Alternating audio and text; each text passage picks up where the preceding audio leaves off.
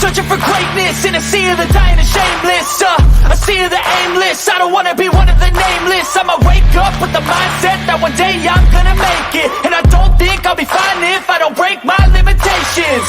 Don't try to stop me, I exist to write my own story. I'll make a decision if I want some peace or if I want the glory, yeah. Don't want a life that is complacent or possibly boring, just want a life that is worth every day exploring, My whole life I just wanted someone who would notice me. My whole life I just wanted to be somebody to be.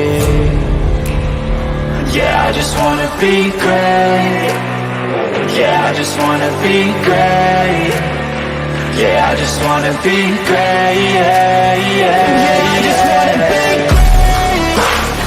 Yeah, I just wanna be great. Yeah, I just wanna be great. Yeah, yeah, yeah, yeah, yeah.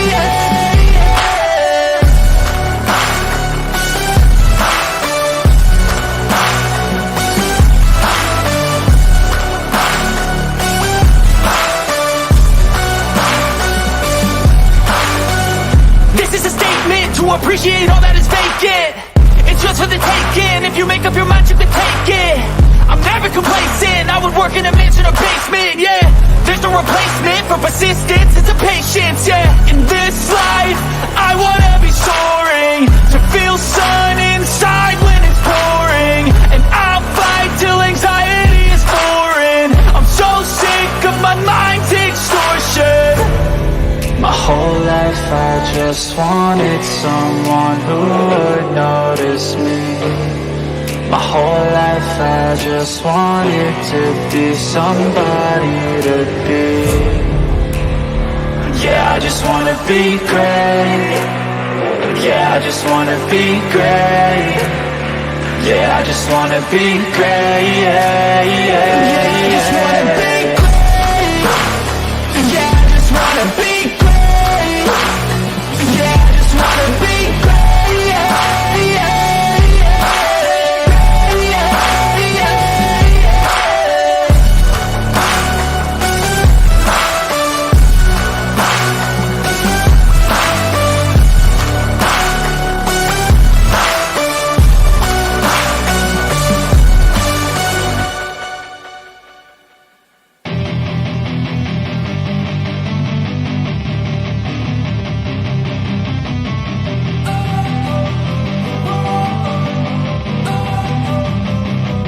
Don't wanna sleep in, cause I got something to prove. I gotta take what I hate and finally make a move. I think of you and all the shit you don't do. Well, I'ma make hella sure that I don't become you. I have no regrets, yeah, I'll tie up my chest. I'll never forget what it's like to be in debt. Been stabbed in the back bed, I'll show you what happens. Pass me the mic and I'll show you with action. I feel this pain, you already know. Turn that to gains, let my money show. I've got these things that I can't let go. Watch me turn this life into something that you can never own. I feel this pain, you already know. Turn that to gains, let my money show.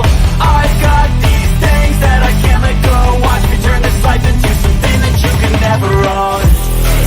So fight and fight and die for the things you know you love. Do what you think is right, and see life do what you want. So fight and die for the things you know you love. Do what you think is right, and see life do what you want. Don't give me all the scars, I'm a human being. Cover them with tattoos so you can't see. Knew it from the start, you had problems with me and the things I could be, I just wish I had seen. I feel this pain, you already know. Turn that to gains, let my money show. I've got these things that I can't let go. Watch me turn this life into something that you could never own. I feel this pain, you already know. Turn that to gains, let my money show.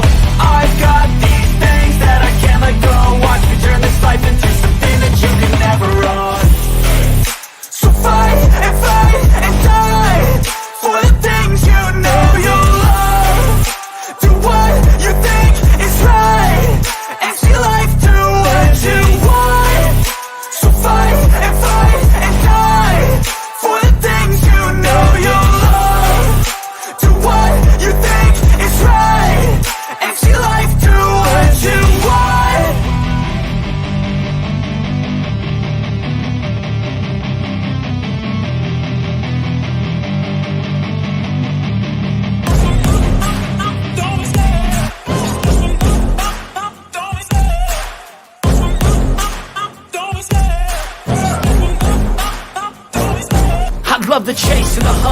up the pace when I'm running. I always take what I want and I always give it 100. Don't need a bank, no I'm funded. Play the game like it's nothing. I'm always thankful for something. Don't take for granted, stay humble. Now wake up!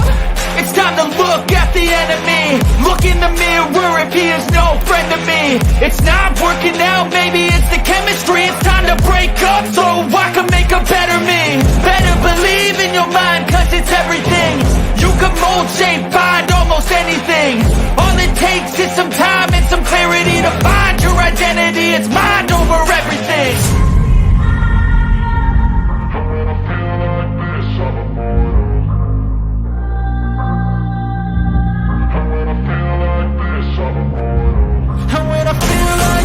I'm immortal. When I feel like this, I'm immortal. When I feel like this, I'm immortal. When I feel like this, I'm immortal. Don't stop. Just look it up. Don't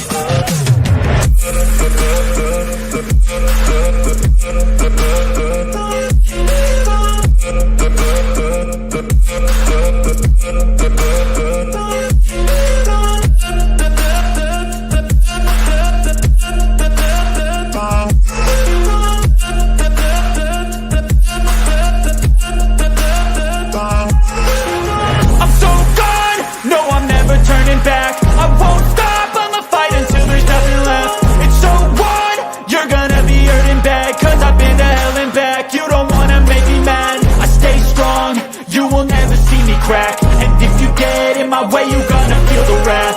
Gotta say it to my face while he's looking back. Mirror breaks after math, when I hate, I attack.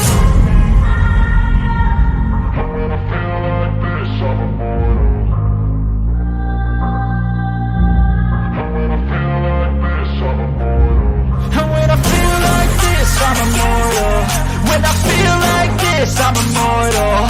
When I feel like this, I'm immortal. When I feel like this, I'm immortal. Don't stop. Just look it up. Don't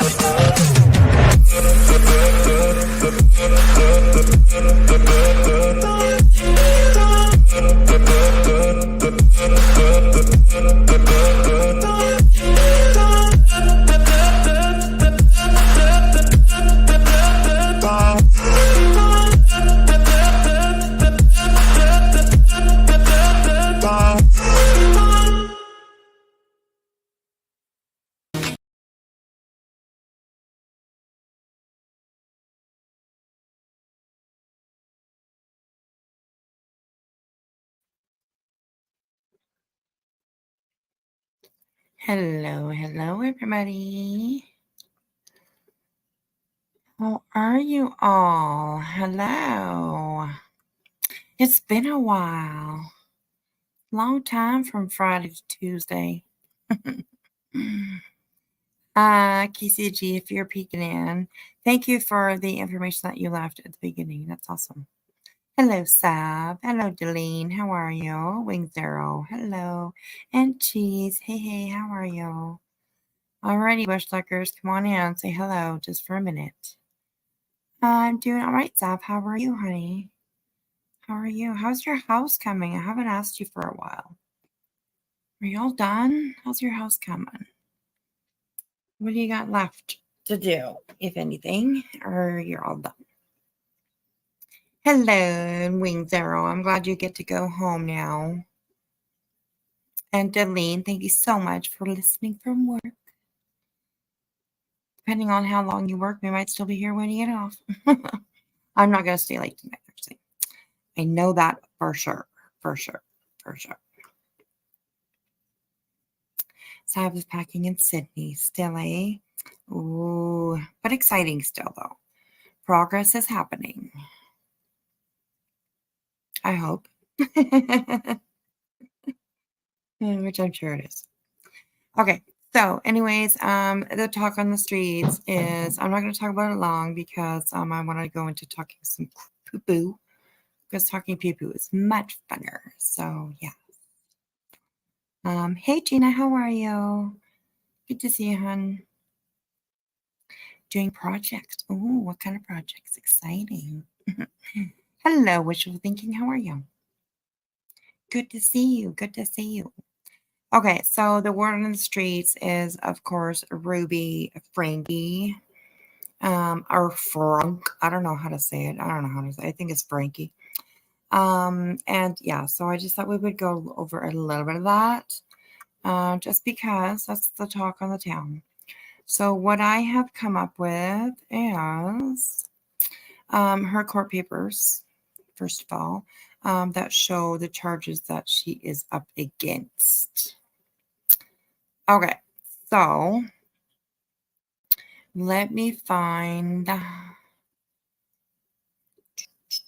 want to tell this. Oh, that'll be on my. Never mind. I'm just talking to myself, so that's okay. That's okay. Anyways, you're painting your wooden weed pot. Excellent. Yes, Gina, I saw that. Still not caught, eh? It is Frankie. Okay, awesome. Thank you, Wishful. Yeah, I saw that, Gina. That's pretty crazy, eh? I did bring up, I don't know if I kept it open or not, but I did bring up a little bit about that. So maybe we'll talk about it in a minute here. So yeah, pretty crazy. Stay safe, girl, because I mean, seriously, that person is going to be wanting to get away. And if you're only an hour away, they might be around you by now anyways. So yes, he's moving south, which is where I am. Oh well, you know how to fuck a motherfucker up, you know how to do that. So you're a good girl. You're good. No worries about that. So, anyways, he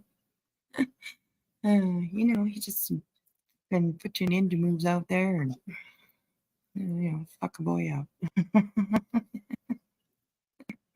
Anyways, hey Zena, how are you, sweetheart? Hey Nick, how are you? Good to see everybody coming in. Okay, don't forget, if you are in the bushes, you can come in, just say hello really quickly for a second, just so I know that you're watching. And you can go back. That's fine if you want to. It's fine if you want to. Okay, so first of all, I thought that we would read Ruby Frankie's charges that are she's facing against her, which is pretty crazy because I don't know a lot about her. There you go, Gina. Oh, that's too funny. Nick, we are gonna talk about Ruby Frankie just a little bit. The TikToker and a blogger, YouTube channeler who was arrested. You must have heard about her. Absolutely. Ruby Frank. Yeah, you heard on Queens. Yeah, it's pretty crazy. She's somebody who pretended to give parenting advice and kind of put herself out there as this great parent and that she knew everything and stuff. And it was kind of crazy. And her little partner there, JODI, which is also has been charged, and I couldn't find anything for her. So, give me a little bit, and I'll try and find it for her over the next couple of days. So, anyways, this is the charges that Ruby is facing. Excuse me, I just had to take a drink. The undersigned her reason to believe that the defendant committed the following offenses. And, of course, the state of Utah versus Ruby Frankie. Just got all that information there. Okay. So count 1 is aggravated child abuse. And count 1 and count 2 are almost the same.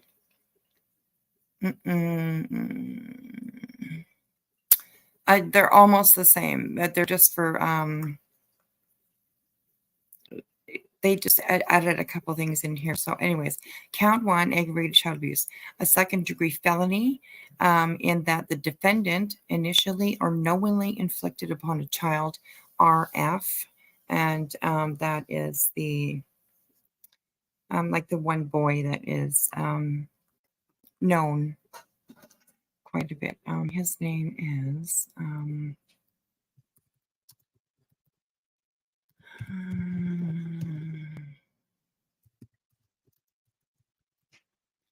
okay, hang on a second. Rudolph is that his name? I should know this, right? I should know this. Oh, that's not it. What the heck? No. Oops.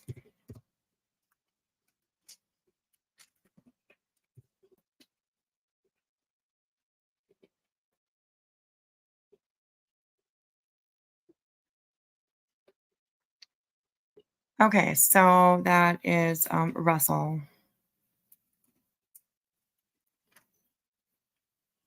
Russell.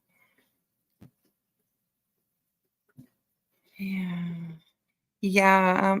Her channel is no longer up anymore, I don't think. I couldn't find it anyways, so okay, anyways, this count 1 is to do with Russell, and Russell is 12 years old.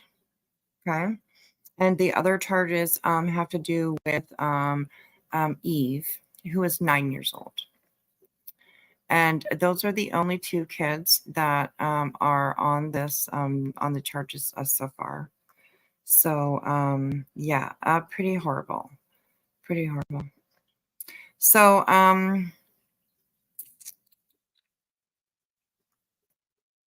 right, Gina? I want to know all about these evil 2 fishes. Yeah, they're pretty harsh. Pretty harsh. And I'm very curious as to why. Sorry, I have it on mark the paper. How do I get rid of that? Just because. Oh, okay. I'd like to figure out like JODI as well. Like, I mean, did JODI abuse her own kids, or did she also abuse Ruby's kids? Because that's something I'm just still trying to figure out. Because her partner, whoever the fuck she was, her business partner, whatever, the one that she did the channel, what was it? Occasions? No. I can't remember. Anyways, they had YouTube channels together. And that's where they talked about, but they both were arrested. They were both charged with like child abuse charges.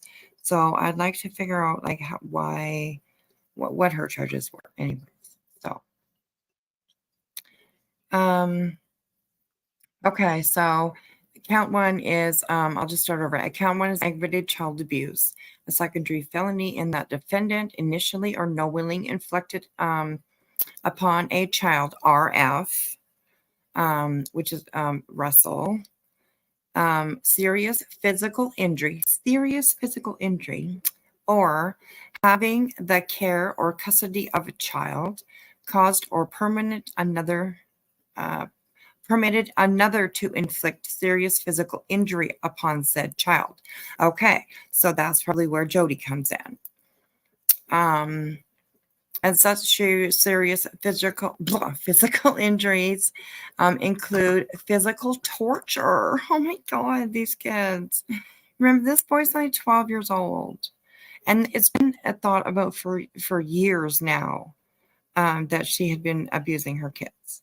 But nobody could get the attention that they needed on it. And it's just horrible. It's horrible. In violation of Section 76.5, 109.2 Utah Code. Blah, blah, blah. So count 2 is a second-degree felony in that the defendant initially or unknowingly inflicted upon child RF, that's Russell again, serious injury or having the care or custody of such child caused or permitted another to inflict serious or physical injury upon said child. And such serious physical injury includes any conduct that results in starvation or failure to thrive or malnutrition that jeopardizes the child's life. Okay, so in other words,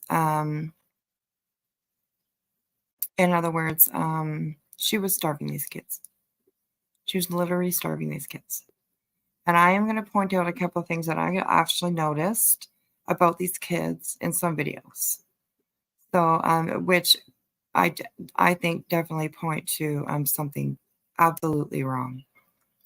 Absolutely wrong.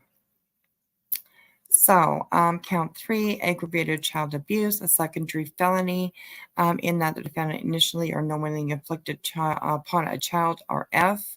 Again, that's Russell. He's 12 years old. A serious physical injury or having the care or custody of such child caused or permitted another to inflict serious injuries, serious physical injury upon said child. And such serious physical injury includes conduct towards a child that results in severe emotional harm. So they were also verbally abusing these children. Severe developmental delay or intellectual disability or severe impairment of the child's ability to function. Crazy, in violation, blah, blah, blah, blah. I mean, this is just a sadder, the more you go, okay? Okay, so now this includes like 3 counts as well against EF, which is Eve. It just says Eve, EVE. So I don't know if it's Evie or just Eve. I think it's just Eve. And who is 9 years old. Now she is 9 years old. When this abuse started happening, I don't know. I don't know. Right? I mean, well, she physically gave birth to 5 children, I believe it is. And she had 8 altogether. But I think she actually had 10. I think she had 10 kids. And like the 6 of them are 5.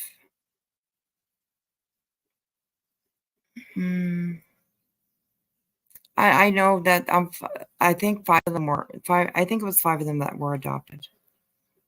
Yeah. Yes, crazy Utah. Absolutely. We're gonna talk a little. Well, maybe not about you. Well, yeah, Utah, I guess. Yeah. Anyways, okay.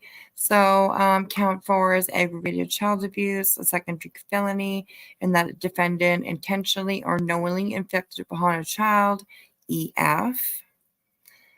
Serious physical injury or having the care or custody of such child caused or permitted another to inflict serious physical injury upon said child.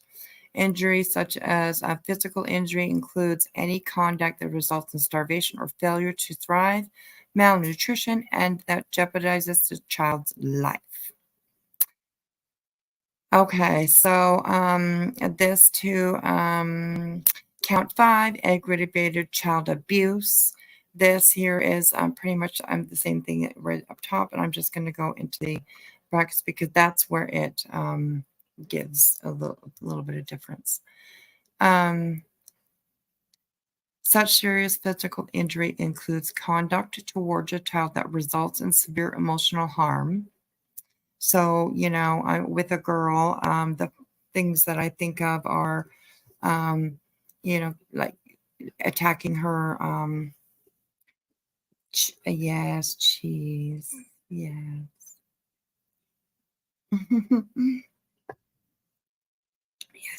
Yes.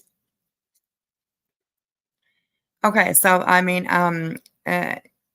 severe emotional harm is like attacking like their smarts, their looks, their weight, their the anything, right? Anything at all, anything at all. Severe development delay or intellectual disability or severe impairment of the child's ability to function. Okay, and then count 6, aggravated child abuse. It's also the same as with Russell. Includes any combination of 2 or more physical injuries inflicted by the same person, either at the same time or on different occasions in violation of section, blah, blah, blah. Okay, that actually is different than Russell's. Because it did say something about a physical injury includes, but on this one, it says includes any combination of 2 or more physical injuries inflicted by the same person, either at the same time or on different occasions. So those are the charges that this wonderful fucking mama is facing. So kind of crazy. Those poor kids. I really feel for them, and I hope, I don't know.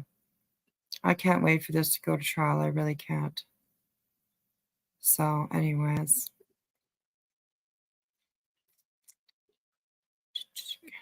Office, and that was it. Just 2 pages. So there's that for sure. Which is crazy. Crazy fucking stuff. And yeah.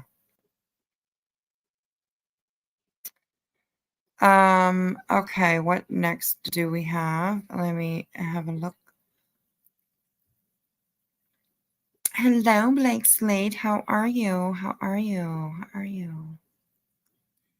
Okay, so Cheese, yes, they were part of the Mormon church.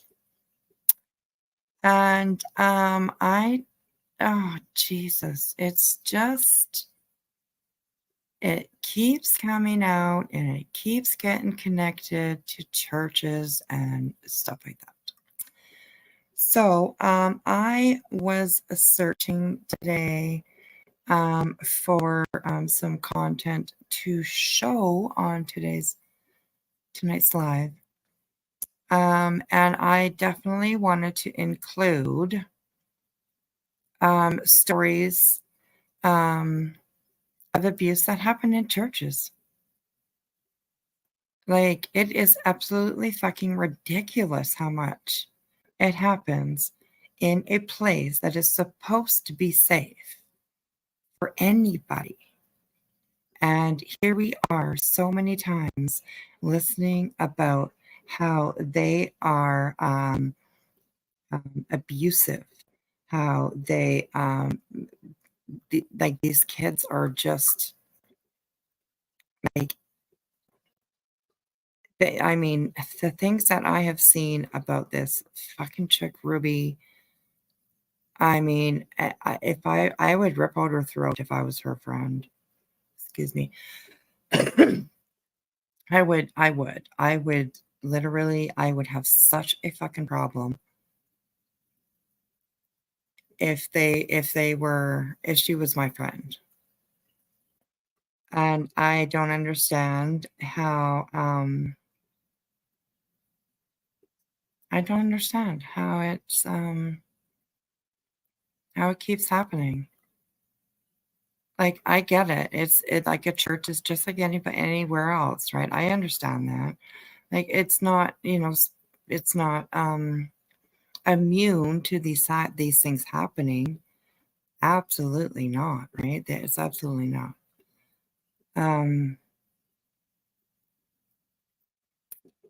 But it's just, I don't know. They still come across as this safe place. and it's not a safe place. Like, most of the time, it's not a safe place. So, I don't know. It's just... Okay, now I'm just looking for a video. I thought I did. I was pretty damn sure. Oh, it wouldn't be. Huh. Maybe I put it on private.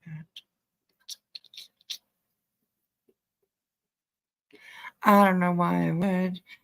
Just give me a second, you guys. I'm just like looking through another page here for a second. I don't know. Okay. I guess not. So we can close that. Okay. Anyways, sorry if I missed anybody or...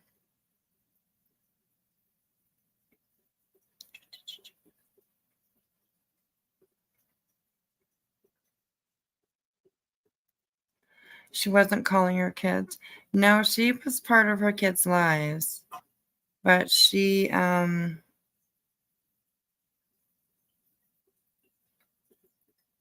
know, Wishful, I saw that, where she threatened to cut her teddy's head off. Like, my God. Hey, Jen, how are you? Hello, Mr. Lovely. Okay, so let me pull up this next video that I wanted to kind of go over. And this is because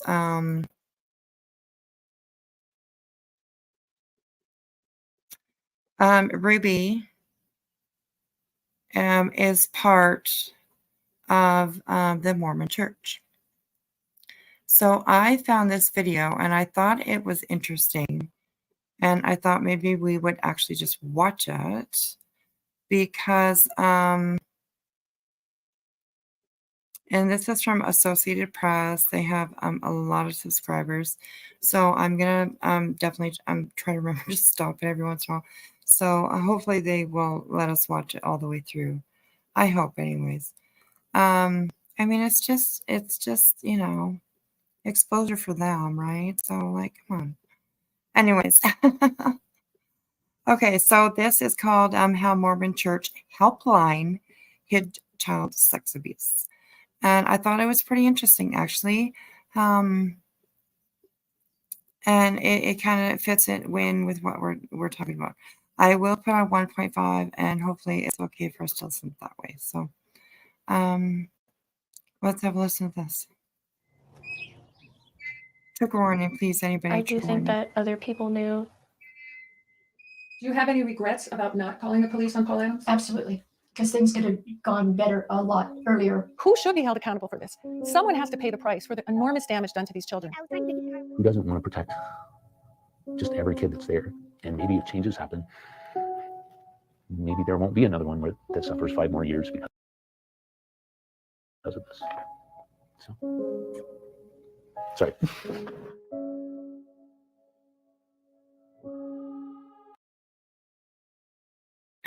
Okay, so maybe my stopping can be good. Like, you know, I can read this stuff. On June 17th, 2021, Liza Adams gave a disposition in a lawsuit filed against the Church of Jesus Christ of Latter-day Saints, widely known as the Mormon Church.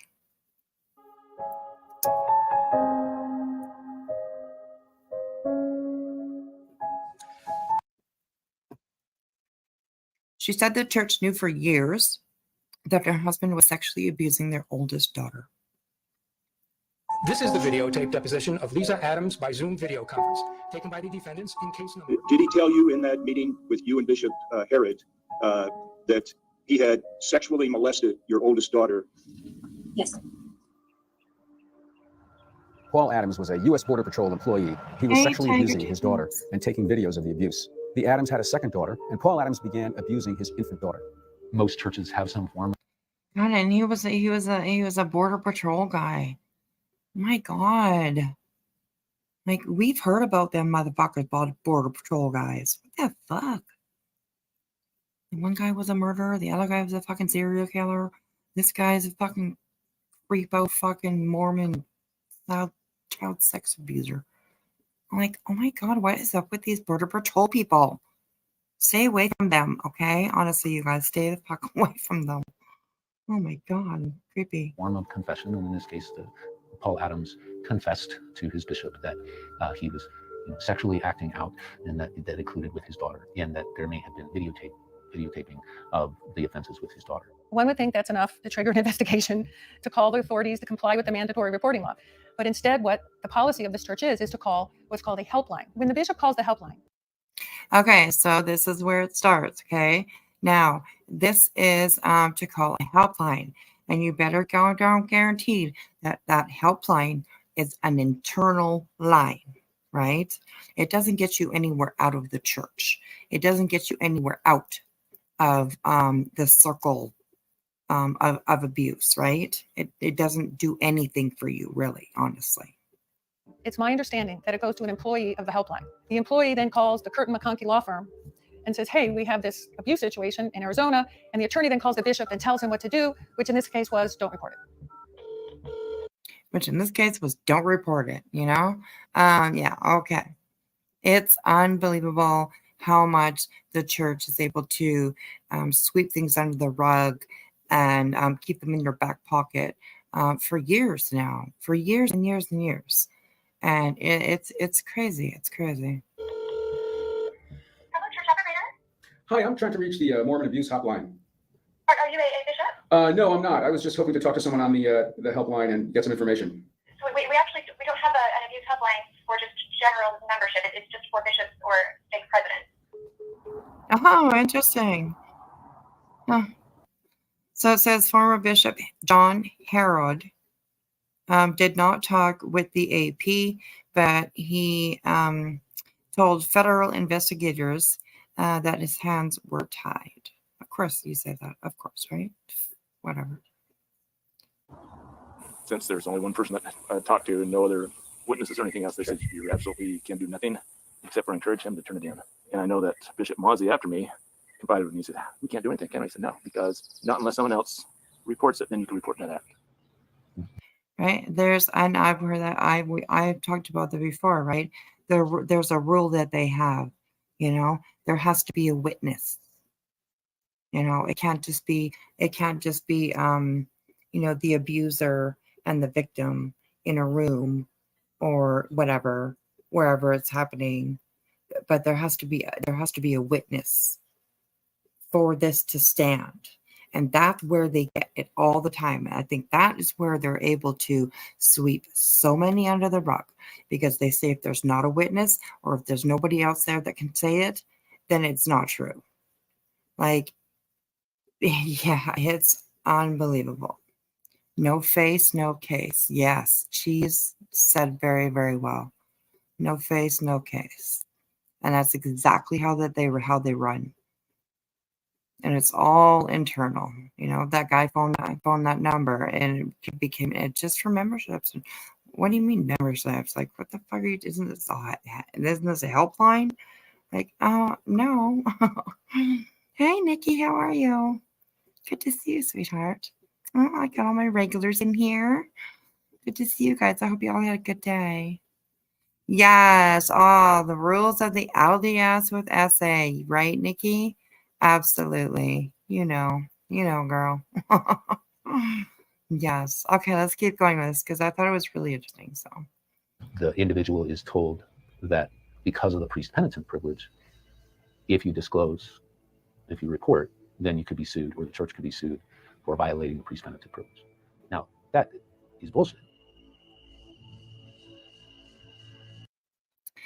It says Arizona's child abuse reporting law says anyone making a report of child abuse or neglect is immune from any civil or criminal liability. 3 of the Adams children are suing the Mormon Church and others associated with it for failing to report their sexual and physical abuse. They are also suing the Mormons for a church-wide conspiracy to cover up child sexual abuse. Bishop Herod made it clear that Paul Adams should turn himself in or give him authority to report it to authorities. He wouldn't do that. To lay the blame at the feet of the bishops for it is just absurd. It's just absurd. Oh, really? Was it your understanding as a member of the Bisbee Ward that it was the bishop who would take care of reporting any crimes or any problems to the police, not the members? Correct. The visiting teachers mentioned items that they saw and mentioned things that were said in the home. They told me that Brother Paul was doing inappropriate things with his children. At first, I thought it was spanking. Trigger warning, remember, you guys. They just said, hey, let's excommunicate her father. It didn't stop. Let's have them go to therapy. It didn't stop. Hey, let's forgive and forget, and this will all go away. It didn't go away. They just let it keep happening. Finally. Yeah. Internal reporting. You tell this person, and then they tell somebody else that's inside with the church, and then they, report to the big wig or whatever, and then the big wig says, nah, don't worry about it. It's all right. Just, it'll go away. It'll go away. Put this person in, and, like she said, put this person in counseling and, whatever. Like, it's just unbelievable. Right? Exactly, Nikki. Even worse in Utah, their police are Mormons, right? Like, how do you, oh God, I don't know. It's crazy. In 2017, he was arrested by the Department of Homeland Security after New Zealand police arrested a child pornographer and found the video that Paul Adams had made on his cell phone. Oh my God. Oh my God. Okay. I didn't watch this whole thing. Oh my God. Okay, that is horrible. That is horrible. You could tell from the accent it wasn't Canadian, it was American. Like, he's obviously like trading. I don't know if selling or whatever. I don't know. I have no idea. But like, oh my goodness. Oh my gosh, that is crazy. He would be the only one that would be able to put that video out. So if they found that video in New Zealand, it was that bishop that put that out there of his own daughter. God, it's just so, oh my God. That's really sad. That's really sad. So we could narrow it down pretty quickly. Yeah, trade, so there's no paper trail. But there is a trail though, right?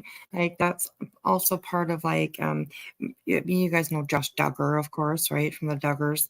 Like, that's one thing that they found with him. And that's one way how they caught him. Was because he was on, like, the dark web or whatever the hell it's called. And he was trading and trading child porn with people, trading files and stuff like that. So, oh goodness, oh my God, like, so, just crazy. Hey, Slim Jim, how are you? Good to see you. Just continuing to recognize. Yes, absolutely. It's so scary, so scary. And most of you guys know that I am a survivor of SA by my adopted father. So, I mean, I understand the dark side of all of this. It's scary. It's scary. And now I see all these kids, right? I mean, I was just a kid myself, but now that I'm grown, I see all these kids and it's just so sad. I look back and think, gosh, was I that small? When this was I that small? Really? Was I that small? Oh, God. Scary, scary. And I was that small. So, scary. Yeah. Anyways, okay, let's go. It was quite good that they were able to do something with this video and track it down to Mr. Adams, but it's not always the case. I'm not trying to shift blame. I'm not trying to say, I couldn't control myself. But I do have a problem. Yeah. And I couldn't make myself stop. Permanently. Yeah. I will stop sometimes. And again, I'm not trying to say, maybe do it. No. I'm not trying to say double me to do it. No, okay. So right from wrong, you fucking sick pig. And Nikki, yes, that's very true. And that actually pisses me off. But they must have made a deal. They must have made some kind of deal with the family or something, or whatever, the sisters they talked to. I have no idea. I really have no idea. But it's like, I think it's absolutely wrong. He should have been prosecuted for his sisters as well. But you know, they're grown. They can make their own choices if they didn't want to participate, or if they didn't want, you know what I mean, or if they were threatened, or if they were whatever, right, paid off, whatever, you know. Jim Duggar is quite the person. So I mean, he'll do anything to try and keep his family's name, like, you know, clean, I guess you could say. But it's not. Not at all. So yeah. Okay. This says Paul Adams was charged with multiple federal counts producing CP and state counts of CSA. So yeah, gross. Hey, Min Mama Honey. How are you, sweetheart?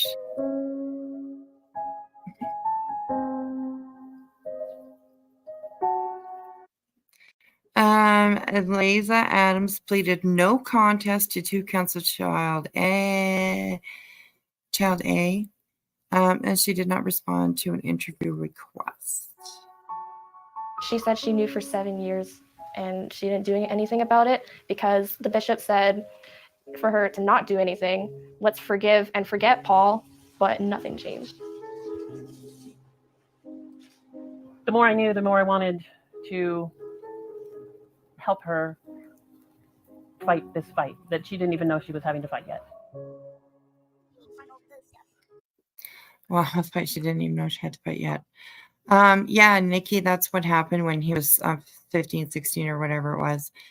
They sent him away to a teen camp, to some kind of rehabilitation thing or whatever, when they first found out about the abuse that he was committing onto his sisters. And yeah, they'd send him away to some church run camp thing that was supposed to heal him and make him better. And no, it didn't work.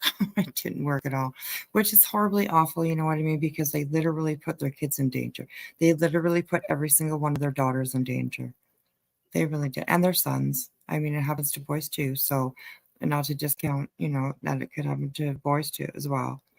So yeah, it's sick. It's fucking sick. So, okay. Just a couple, like 2 more minutes in this one, and we're done this one. So let's go. My ultimate goal is to help her heal. She has a lot of problems. So she's come a long way. She has come a very long way. And she is an amazing, amazing girl, and smart and funny. Yeah, sorry. I couldn't personally continue providing tithing money to tithe to a church that would allow children of any age be abused without trying to put methods in place to prevent it. What I think we all want for justice in this case is for churches to start immediately reporting sex abuse to the police. And that's what they don't, right? They do put things in place to prevent it from coming out. That's what they do. That's where all their effort is. Instead, their effort isn't into protecting these kids. Their effort is into trying not to let these stories get out to the public. That's where all their efforts come in, and that's why these kids are just left. They're just left to hang by themselves, right? Pretty much. Like it's so sick. It's so sick. Police, not to each other. No in-house secrets. When that's pieced together, the question then becomes, is this a bishop level problem, or is this an entire organization problem? And the statute as it's currently worded indicates very clearly that these bishops did nothing wrong. They didn't violate the law, and therefore they can't be held liable. I don't know many adults who would be able to survive what happened and not be thoroughly infuriated and just a mess. She came back stronger than anyone I've ever known. I admire her and I love her. I hope that they learn from their stupid major mistakes and actually report all the illegal stuff that they do know is going on.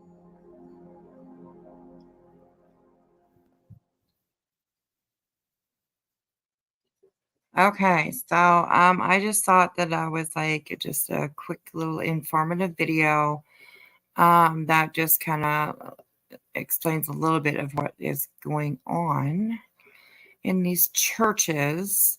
that are supposedly good places to go and good places, safe places to be. And yeah, it's not. They're not at all. So I am I went to a Catholic school when I was younger. Catholic, Christian, Catholic. And I don't know of any I don't know of any sexual abuse that happened or that went on. But I do know of like verbal abuse. We had a couple of nuns and a deacon, I think one or two deacons or something like that, that were teachers. And I can tell you, they were fucking assholes. They were mean. Like, they were just rude and mean. And yeah, they didn't like certain ethnicities, like indigenous. They treated the indigenous kids so badly. And I remember that very well. So yeah, it's kind of crazy. And I mean, we gotta also not forget like all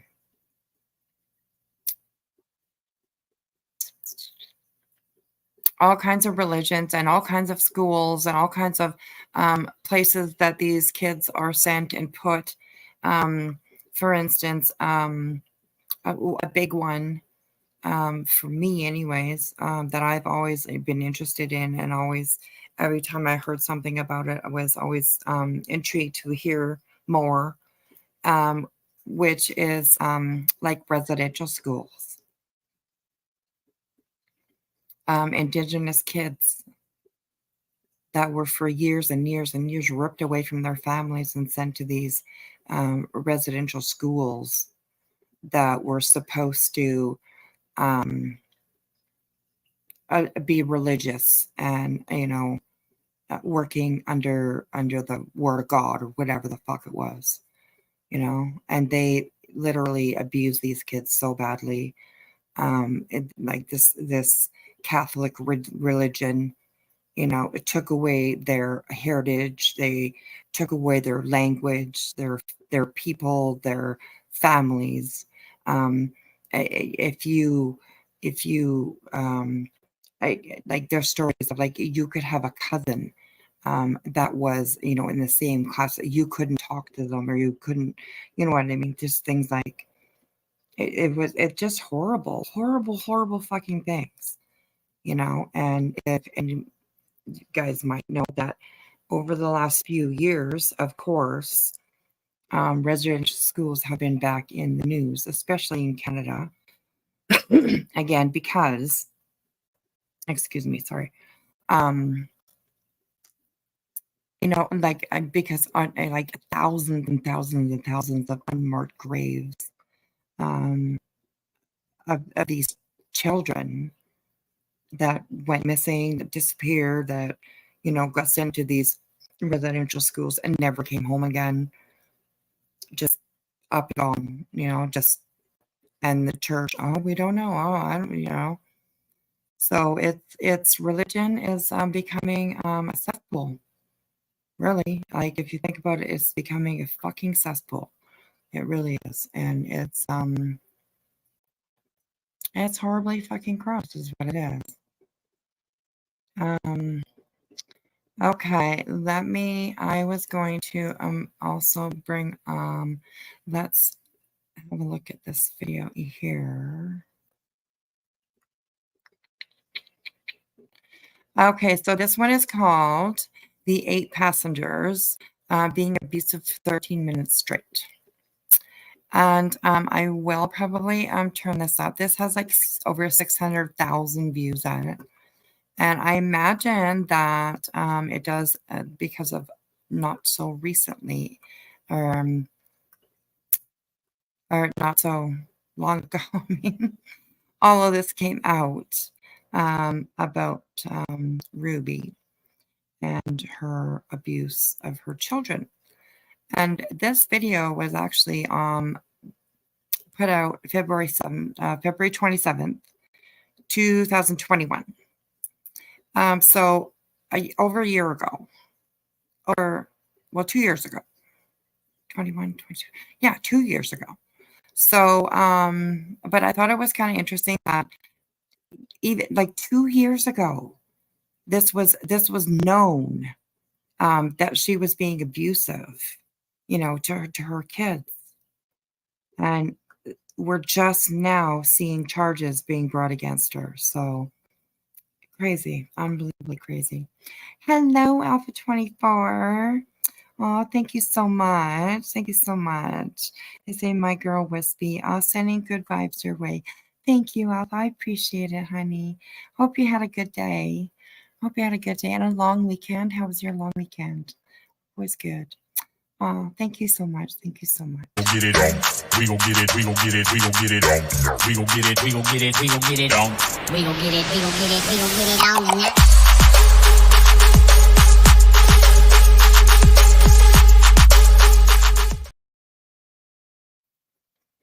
I love it. I love listening to that little thing. Thank you so much, Alpha 24. I appreciate that. I really, really do. I really do. Hey, Mona, how are you? Good to see you. Well, hello, Mr. Sigma. How are you? Good to see you. Just coming to say hi. It's morning here. Just got off from work. Have fun. Oh, that's awesome. Thank you so much. I appreciate you stopping in and saying hello. I appreciate that. That's awesome. I see we got a bunch in the bushes. So, come on in, say hello, even just for a second. If you want to go back to the bushes, that's fine. That's fine. We accept bush people.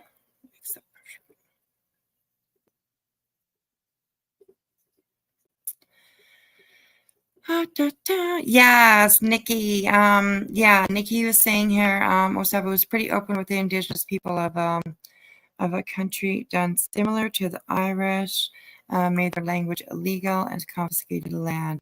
Yes, and that's what they did. They would, from like the research that I've done and what I know about residential schools here in Canada, I mean, these children would be beat if they would speak their own language. They were taught everything, if I can say, without sounding race or whatever, they were taught everything white man. If you know what that means. They were taught everything white man.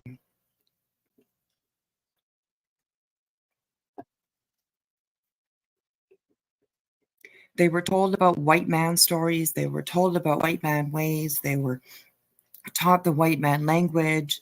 They, it's just disgusting, really. It really is. And I live in a place where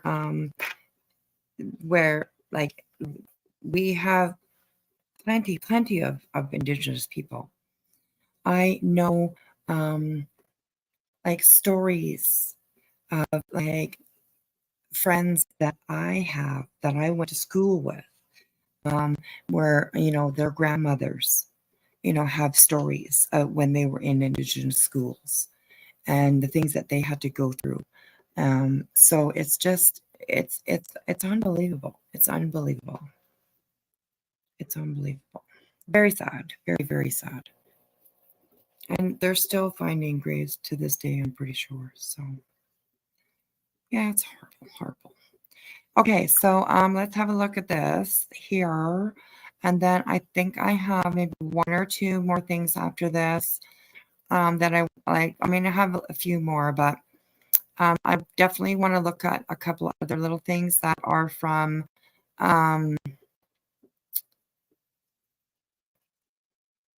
like back in the day. I would absolutely love to go over that. Hang on a second here. What's going on? Okay, sorry, my computer's just being slow. Okay, so this is called 8 Passengers. Canada had the schools too, didn't it?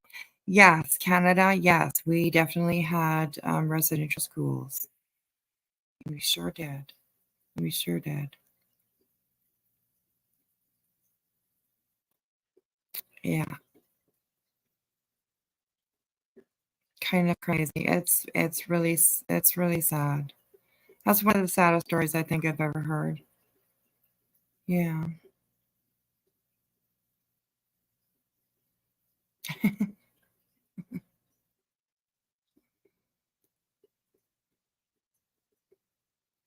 Yes, Mickey. They thought they had been adopted. Yes, views of mass graves found. It all kicked off in Kamloops. In Kamloops, BC. They found 266? Something like that. 266 graves. Something like that. And that kicked off a huge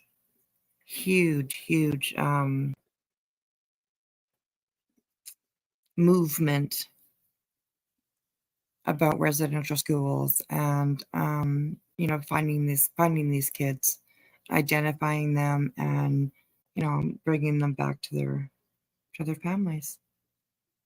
It was very, very sad. So okay, so let's have a look at this one here. This is just videos of Ruby's behavior with her kids. So let's watch. Are they okay? Are they okay? Okay, this first one here is she's involved in a vehicle accident, and she's sitting in her vehicle, obviously after the accident, and the first thing that she does is grab her phone to make a video of it, and you can tell that she's like she's pretty much acting. She's just trying to make it look good.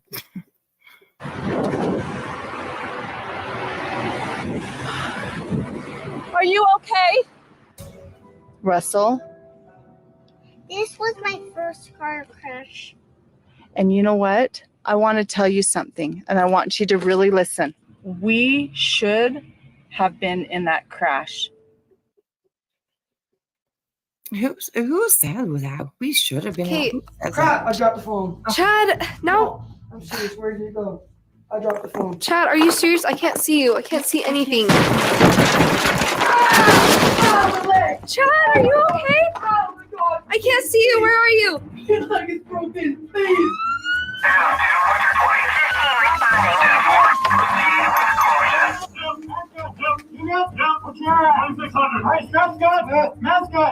Oh, you're gonna be okay. I know. Someone will come. Don't worry. Help! Over here! Watch out on the left side, we hear someone.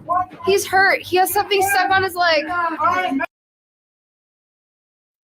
Okay, now I don't know about you guys, but that seems like acting to me, and I'm not sure if that was what it was supposed to be, but that's what I'm getting out of it. So, anyways, yeah.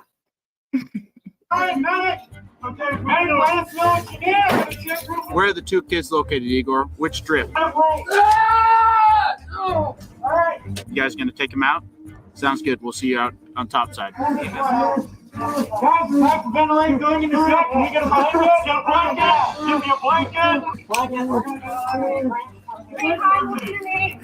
blanket. So yeah, like I said, I don't know if this is supposed to be just like a scenario that they're doing, or it's like she set this up to make it look like something bad had happened. I'm not really quite sure, but it all looks fake to me. I don't know. It says on here not the faking a serious injury. So maybe she's known for that. I don't know. It seems a little weird to me though. Is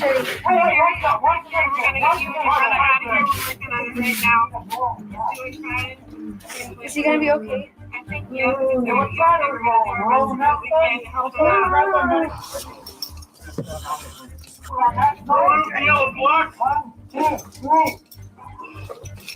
Rebecca? All right. Is everybody good? What did you have for breakfast? Lucky Charms. Oh, Lucky charms? Okay, you guys want your heads over to here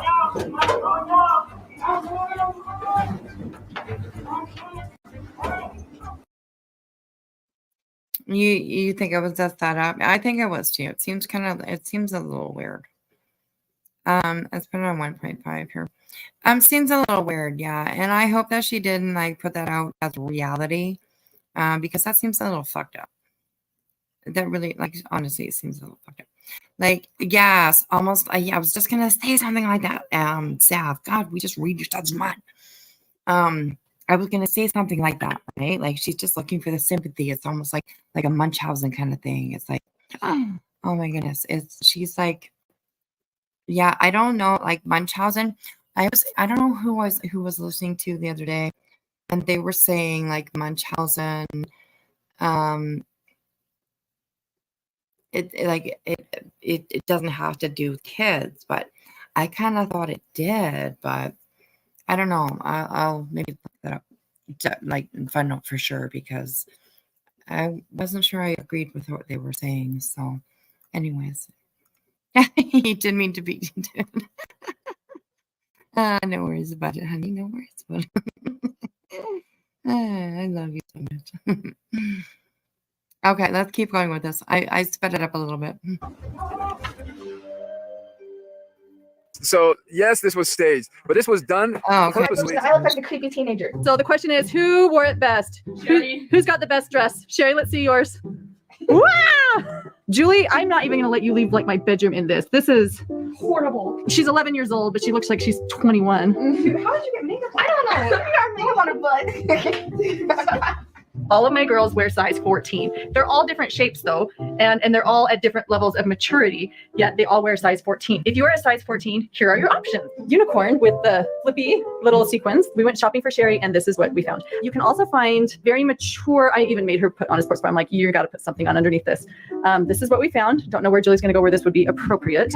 And Abby found something that shows her belly here, which I am not okay. I like this. Why do you keep looking at my chest? Because I am your mother, and I just need to make sure everything you wear is appropriate. Keep your eyes on my eyes and don't know her. I'm just making sure you're covered. That's all. Great. Sherry's having an argument. She's saying that lotion is not a liquid. No, she's calling it an amorphous solid. I can't believe my 8th grader is arguing that it's an amorphous solid. Scientifically, it's a solid. Oh, Sherry, just give it up. Just give it up. Just throw it away. That's what I said. Just throw it away. They don't want to pat Sherry down because she's not an adult, so I'm going to take her place. This is legit because I love my daughter. Yes. All right.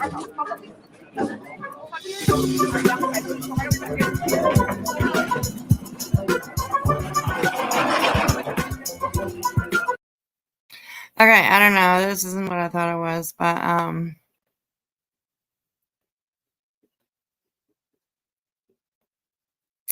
let's move up a little bit here.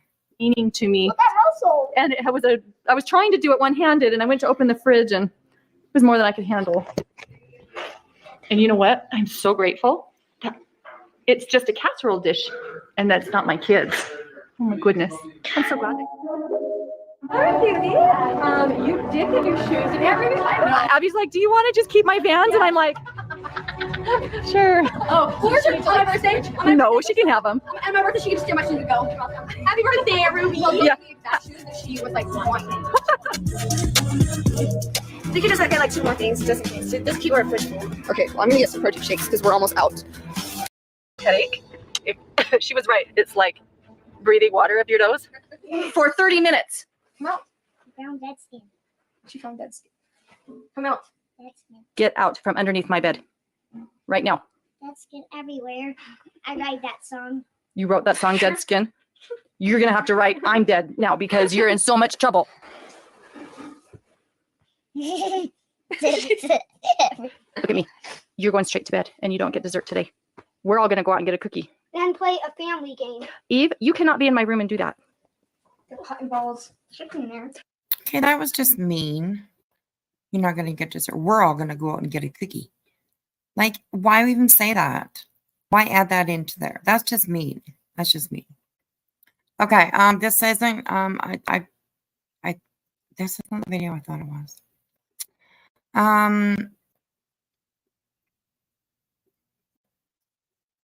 Okay, so let's go back to.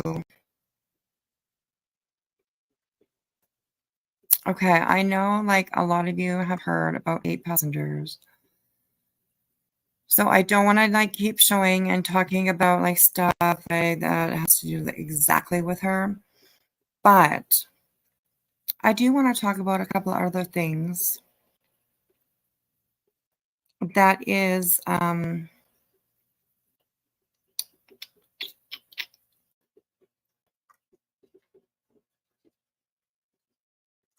attached to it. And that is a little bit more of the church coverage. Where did I have? Let me see. Just hang on. Give me 2 seconds, you guys.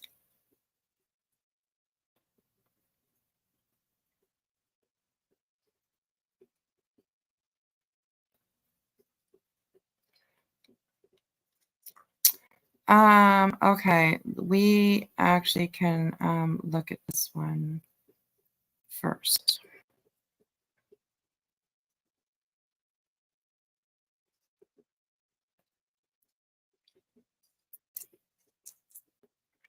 Oh, your fingers are still tired. Oh, wake them up. Okay.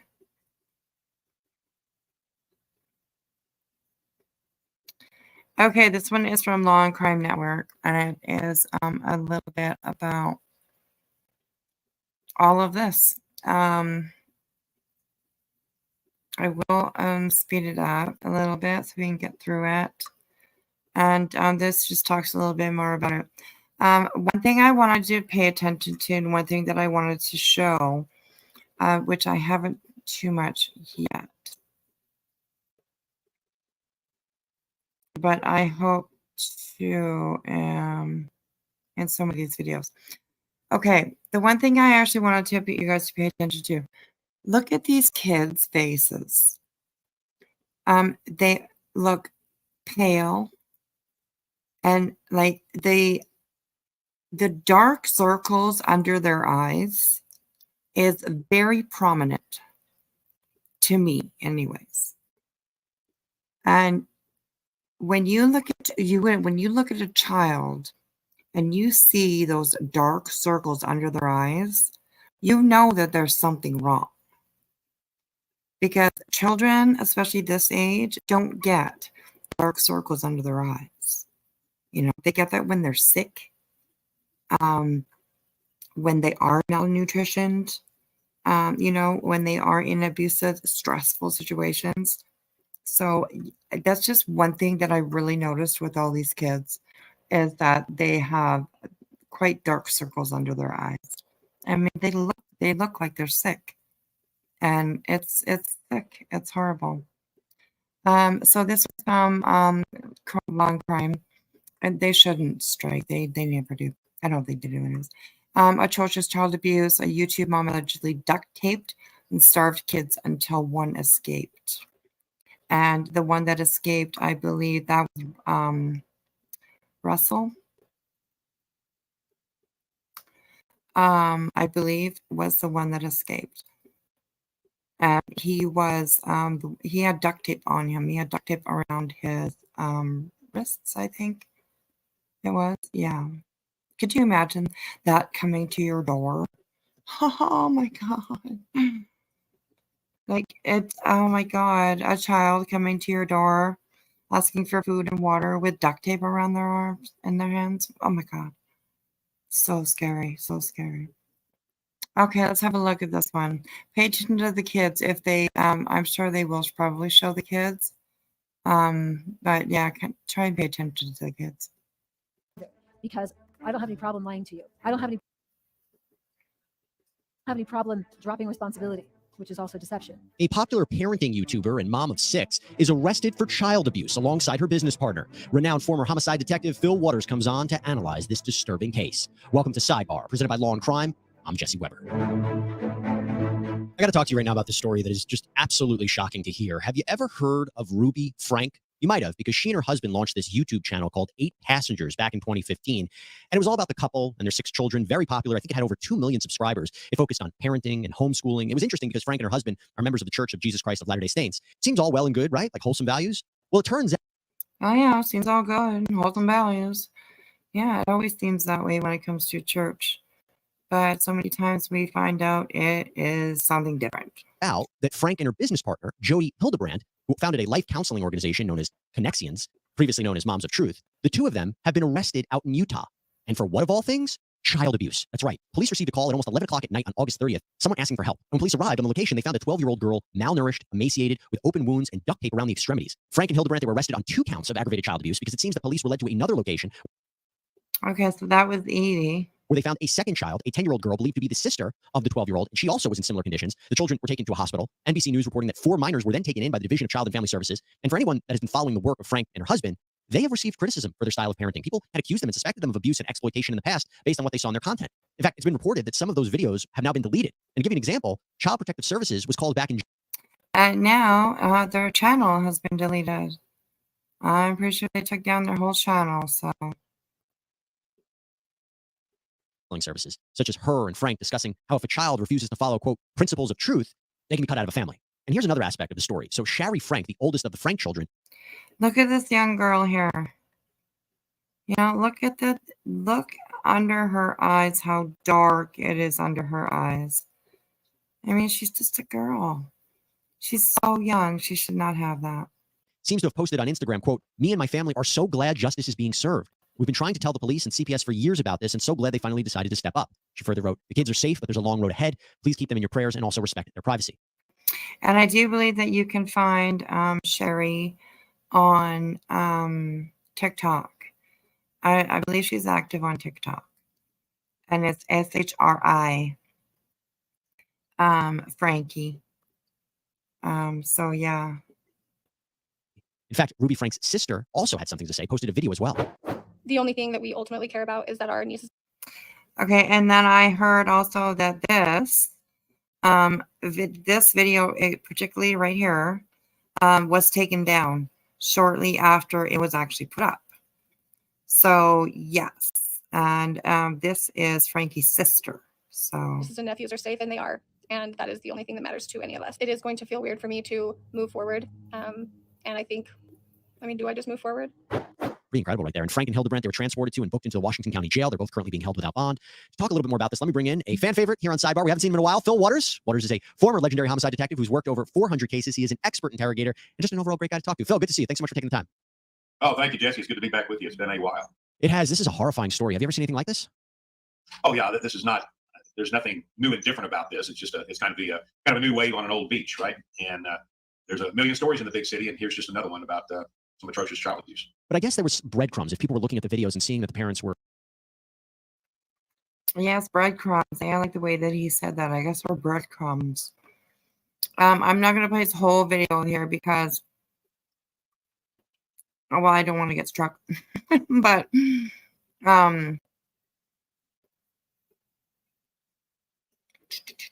let's just move forward just a little bit here. Not terribly unusual under the circumstances of a kind of a classic child abuse situation within a family. That look, this ostracization of the family members. We hear a lot of these stories regarding people that are Mormons, where there's a break with children in the philosophy of that particular church, and they are ostracized. I mean, I think we've heard stories from the Osmonds, that kind of situation. So, it's just it's a cultural thing, but in terms of. I do want to be careful because I'm not going to group all people that believe in a certain faith. Not at all. It seems to me if you hear about what the children, how they were found, this condition of being essentially starved and taped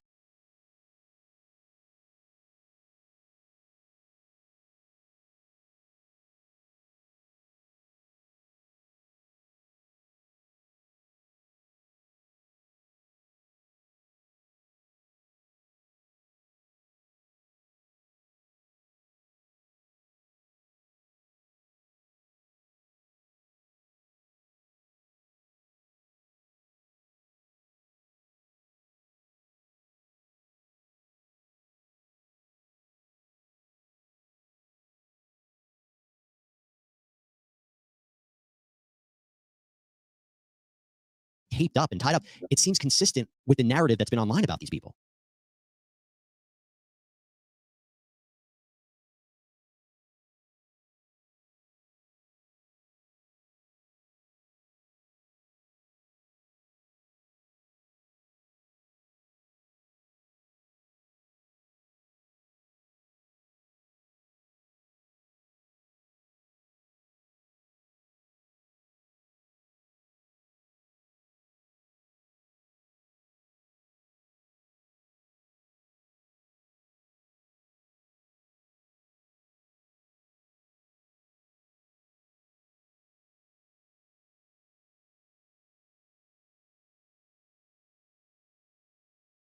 shit. Okay, I'm muted. I was muted. I'm sorry. Let's keep going. Fuck. Okay, here we go. Well, yeah. So, anyways, I was saying hello to Kathy. How are you, girl? Good to see you. Good to see you.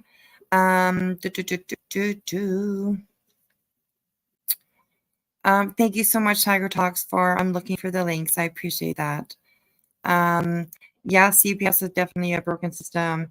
As an RN, it says you are a mandated reporter, absolutely, and you made several calls while working at a clinic for special needs kids, and you were reprimanded for calling too much. Well, isn't that wonderful? My goodness, this is just insane, right? Insane. It's horrible. It's horrible.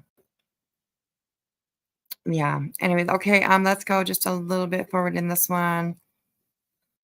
I know we might be missing some stuff, but Tiger Talks is going to pin, or not pin, but post a link for you guys so you can go back and have a look at it again to watch the whole thing.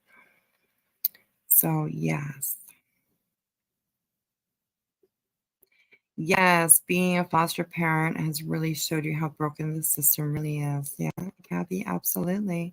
If it wasn't for good foster parents like you, they're these kids, I mean, it's horrible. I was actually lucky, maybe except for like the adoption that I was put into, wasn't so lucky because my adopted father was actually the one who abused me. But when I was put back into foster care, I was lucky that I got, yes, Tiger, it is Long Crime Network. Yes. Long Crime Network, the blue one. They have several. So it's the blue one. I can link it this time for you, honey, if you want. I can grab it. Like, it's just right up top here, so. Okay, I can do it for you, sweetheart. There you go, guys. This is the link for this video that we were watching right now. Oh, there you go, sweetheart. Long Crime. Ah, you're so good. So yeah, it's pretty crazy. Pretty crazy. So here we go. in cases like this, in fact, I'm working a case right now for a client, for a defense attorney, and it involves the death of a child. And there's some indication of abuse there, but this may have been an accident. And the mother involved in it has not yet been charged, but they've been considering charges of child abuse by omission. So I'm a little curious in this case that we have the same set of circumstances where he had to be aware of what was going on, and why did he not stop what was happening, and therefore. And that's a very good question, right? Be real. I agree with you. 2023 seems to like the year of corruption and cover-ups, or just more aware, and it's not more than the year before. I think maybe I think we have seen a little bit more in 2023 than we usually have, but I also think that for myself, anyways, I am a little bit more aware, just because I'm on YouTube now, and I mean, YouTube is you're aware of so much stuff when you're on YouTube. You see so much crap on YouTube. So maybe we are a little bit more aware just because the community that we're in, and that we talk about more stuff like this. So maybe that might be it, but you can't wait until your adoption to find out. Oh, that's so sweet. That's so sweet. Aw. I do think that there is, like, lately, maybe over the last few years, a lot more coming out about churches. I do think that. That's for sure. Especially the LDS. Yeah. These Mormons, these Latter-day Saints, yeah. A lot more has been coming out about them. I do believe. So, okay. Yes, and they were just also saying on here is like, how did he not know? Like, how did he not know? There was a fucking safe room in their basement. that had a mattress in it. And I don't even know what else, but I know there was just a mattress in there. And like that's apparently where the kids were locked in. It had like a safe door on it or something. How did he fucking not know? Bullshit. And I think and I hope that charges will come against him as well. Although I don't think that I don't know. I know she's been married a couple times. So I don't know if I don't think he's all of the kids' father. But I think he is a few of them, I think. I'm not too sure, but yeah. Anyways, I hope that he has charges against him. Because as far as I know right now, he doesn't. No charges. Like, what the fuck? Anyways, but they might have to like just investigate into that. Because like if somebody get oh, Sav. I probably did, Sav. I'll go look. I'll go look for sure. He was complicit in the no Christmas presents thing. Yeah, she counts as Christmas. Oh my god. Yeah, a Tiger Talks. My opinion is the same. There's no way he did not know. Yeah, it's crazy. So, yeah, Daddy. Therefore, there may be some charges coming later that charging him with child abuse by omission. Do you think investigators are trying to interview these two suspects right now, these two women? Oh, I would think they have, or at least offered them the opportunity to interview. You always want to interview someone, always. And I would imagine that's happened. And it'd be interesting to see the interviews and see what comes out of those interviews. Do you think they're also combing through all of the old videos that they posted on these two different channels? Would that be helpful evidence in trying to determine what happened here? Well, I think so. I mean, you want to look at any type of evidence, potential evidence, something that may be probative. So I would think you never know what's on these videos. You never know what's in the background. I mean, the whatever was used to create these marks to punish these kids, you may find it hanging behind them on a wall somewhere. So, it's those are always interesting. If a picture's worth 1,000 words, a video is worth 1,000,000. So yeah, you're going to be looking at anything that may be probative in terms of evidence. I know this is sensitive, but what do you think is happening in terms of interviewing the children? Do you think investigators are trying to speak to the children, and is now the time to do it after all of this has happened, after they just went to the hospital? What do you think is going on behind the scenes in terms of getting information from these young children and these alleged victims? Well, they're going to be interviewed. And, in Houston, we have a child assessment center that's where they would go. And there's going to be trained personnel that will interview those children.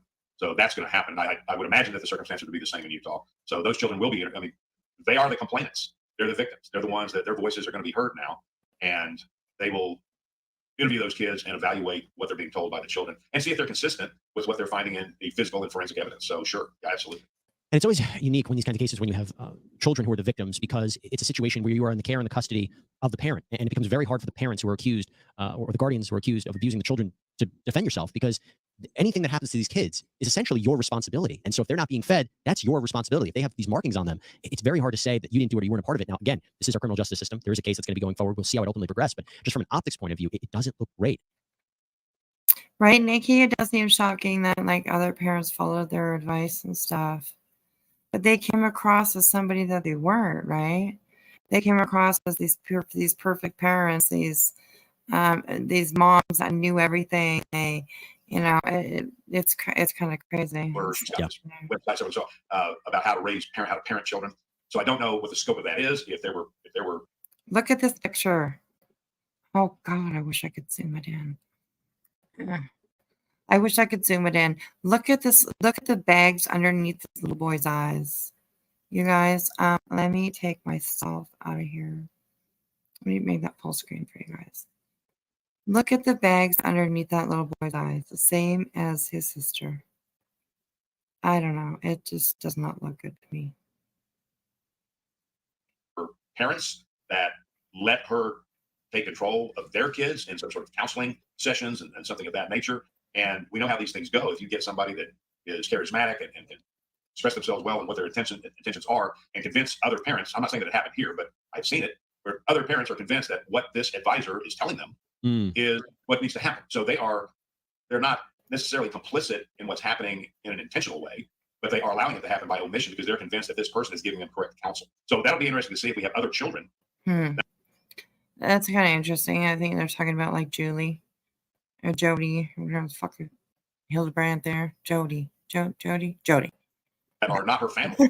Yeah. That the same types of things have been happening with. Well, let's see where it goes. We're going to continue to follow this case. It is a disturbing one. Phil Waters, thanks so much for coming on. And It is definitely a disturbing case. That is for sure. Very scary. Very scary. Okay, so now one thing, the one thing I actually wanted to talk about as well, we looked into a little bit, is how this has been going on for a very, very long time. Okay. I wanted to bring up this story here.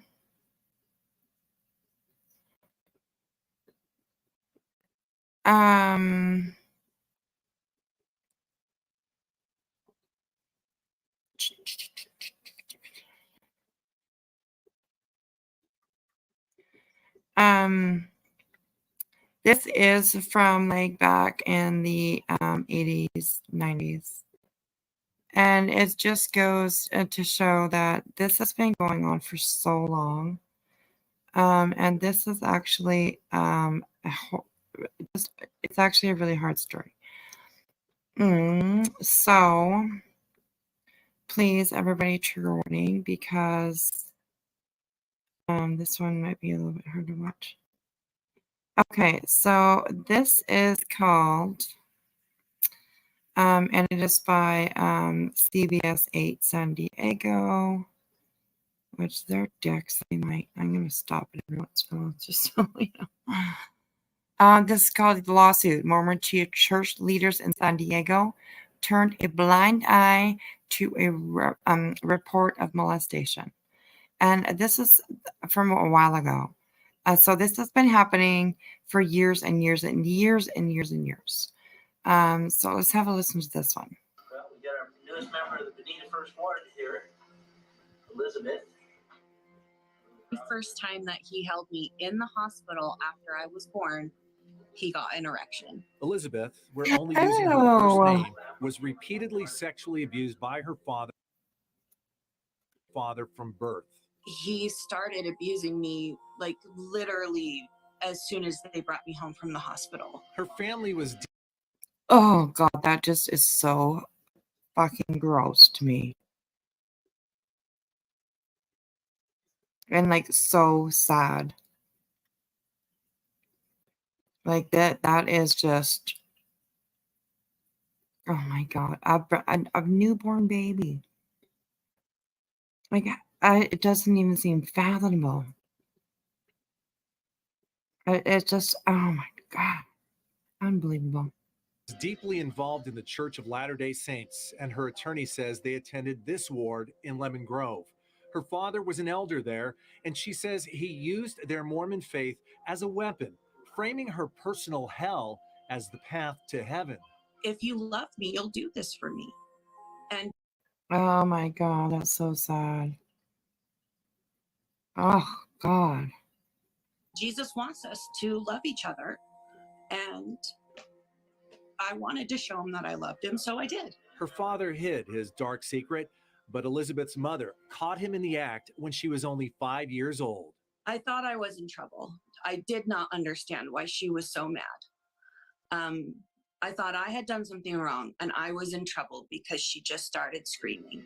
I remember running and hiding, and then Running back. just nothing really changed after that.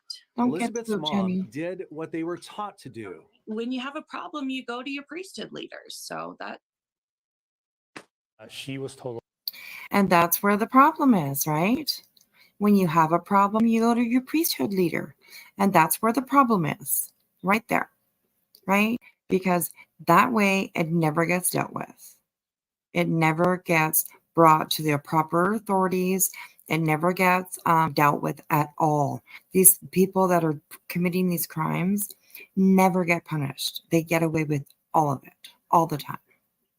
Told along with her mother not to disclose, not to report it, and they would take care of it. And instead of taking care of it, they allowed the abuse to continue for many more years. Sam Dordulian is a former prosecutor of sex crimes in LA and represents Elizabeth in her lawsuit against her father and the Church of Latter-day Saints. Oh, and I wish I could find those court papers. I am going to try and look. I'm still learning like where to look to find like court papers and stuff like that. Like every state and every place I think has a different website or different, I don't know. I have no idea. I know one website so far where to go. So anyways. Oh my gosh. But it would be really interesting to see this one. Probably a little gory, but you know, probably pretty interesting as well. They try to hide it. They told the family not to disclose it. They said they would take care of it, and they did nothing to take care of the problem. And the abuse, and Elizabeth kept suffering abuse year after year after year. When they learned of continued abuse, the church finally excommunicated Maynard McFarland, but they still wouldn't turn. Yeah, and I wonder why they did that, right? Probably because, okay, this is November 15th, 2020. I don't know. It got a little bit too much, quote unquote, publicity, I guess. Too many people knew, and she said too many things to too many people. I don't know. I'm not sure what happened there, but Turn him into authorities. Elizabeth left home at 18, but took her trauma with her. There were times where I would have to go to the, emergency room for 70 plus stitches because I had gone through an episode of self-harm. In 2004, Elizabeth Oh, called my San Diego goodness. police. They helped set up and record a phone call where Elizabeth confronted her father. Do you remember when Mom called us? The first time? Sure. How old was I? I don't even remember. Come on, Dad. Maynard McFarland was arrested, charged, convicted, and sentenced to 32 years for his crimes against his daughter. He served 15. He now lives in Chula Vista, registered as a low-threat sexual offender. oh, sentenced to 32 years. He did 15. Now he's out there living his life. Most likely abusing other kids. Oh my goodness. Oh gosh. Hey, Starry Night. Oh, honey, nobody is ever late here. Nobody's ever late. Nobody's ever late. Yes, this is just sick, pure evil. Absolutely it is. It's horrible. I'm glad that she is taking. I wonder if it went through or what happened with her lawsuit. I will try and find out. Of course, it doesn't really give you like any links on here to certain things because, it's CBC or CBS. I mean, so yeah, I will try to find out though. I still have Low flashbacks. threat, I yeah. still have anxiety, depression. I mean, just a whole host of trauma. The lawsuit is only possible now because of AB 218, a California law that extended the statute of limitations for survivors of childhood sexual abuse. It could result in a 7-figure payout from the church, but it would be cynical to think you could put a price on Elizabeth's suffering. Responding to CBS 8, a spokesperson for the Church of Jesus Christ of Latter-day Saints said they have zero tolerance for any kind of abuse and Oh my God, zero tolerance. Okay. All right there, Mormon. All right there. and that it, quote, is still reviewing this complaint regarding abuse that occurred more than 2 decades ago, but disputes the allegations that church leaders advised the family not to report the abuse of the father to authorities. How is it right that so many people knew what was happening and just let it happen? I still can't answer that question. Elizabeth was trapped by family and faith and feels fury now when she sees video of her baptism as a child. It makes my blood boil. And the fact that his priesthood leader knew what he was doing and just allowed him to baptize me, yeah, that makes me angry too. So what are you hoping for? Oh my goodness, right? Ugh. Yeah, zero tolerance. We just turn our heads. Yes, it's absolutely crazy. Running Bear, do you mean Ruby Frankie? I do not know if she bonded out. I'm not sure. I have no idea. I have no idea. Or in this lawsuit that will change with this church? The way that they finally decide, oh no, we need to make a change, is when there's finally some sort of pain, financial pain inflicted on them. And we're hoping that this church will realize that what they did and their policies in the past, which sometimes continues on to today, needs to change. The children must come first. Yeah, and sadly, they never will. Sadly, they never will. It's always going to be about money. Always, always, always money, money, money, and that's it, money. Okay, so I think we have maybe. Oh, look, I'm looking at myself. I have my own live open. Okay. So I think maybe we've had enough of that for tonight. And I thought maybe we would go and do a little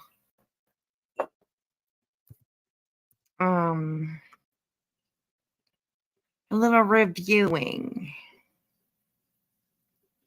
I also wanted to look up really quickly if there was anything new. Did anybody look today if there was anything new with the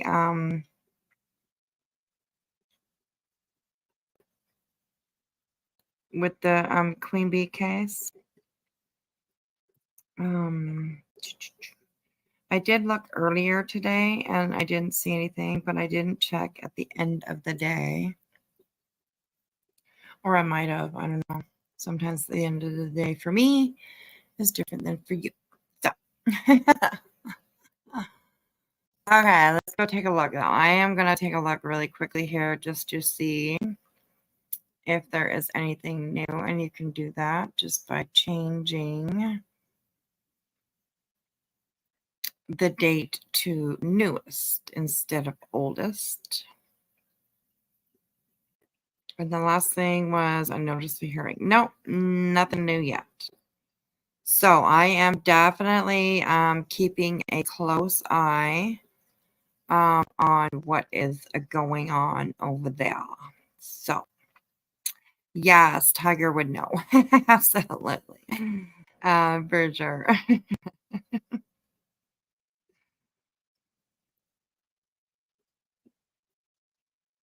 To legally do nasty things to lock them up as an adult, offer money. Yeah, it's kind of crazy. It's kind of sad. Good night, Kathy. Have a great night, sweetheart. Thank you for coming in. I appreciate that. I know it's always late, so you're watching it 3 times every day. Tiger Talks. Yeah, I keep going back to, but that's okay.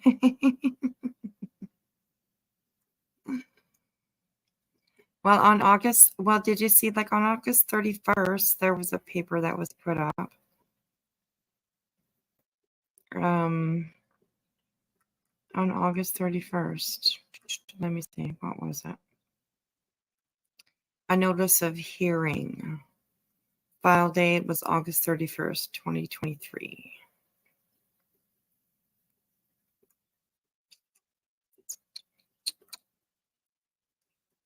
So that's the last thing that I read out.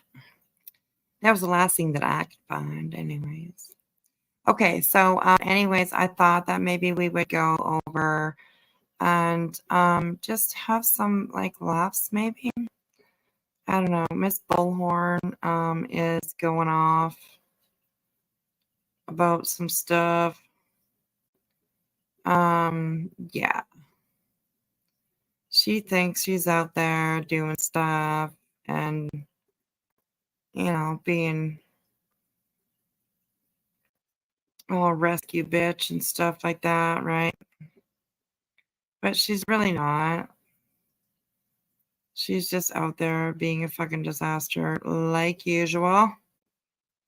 And I thought maybe for the last, what is it? Is it like 11? I am definitely extremely tired lately. So I definitely do not want to be on as late as I usually am. I mean, we pull all-nighters for some people anyways. 'Cause, they go to sleep, then they get up, and we're still on. So anyways, we love it. Okay, so apparently Betty, I mean, you guys might have seen this already today, but it's always great to laugh, right? It's always great to have a laugh.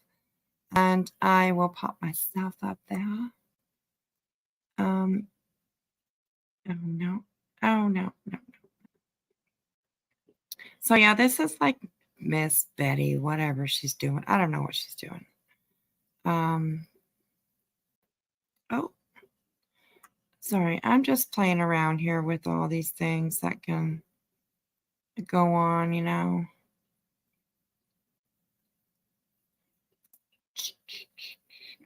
Okay. I don't know. We don't need to look at her real big.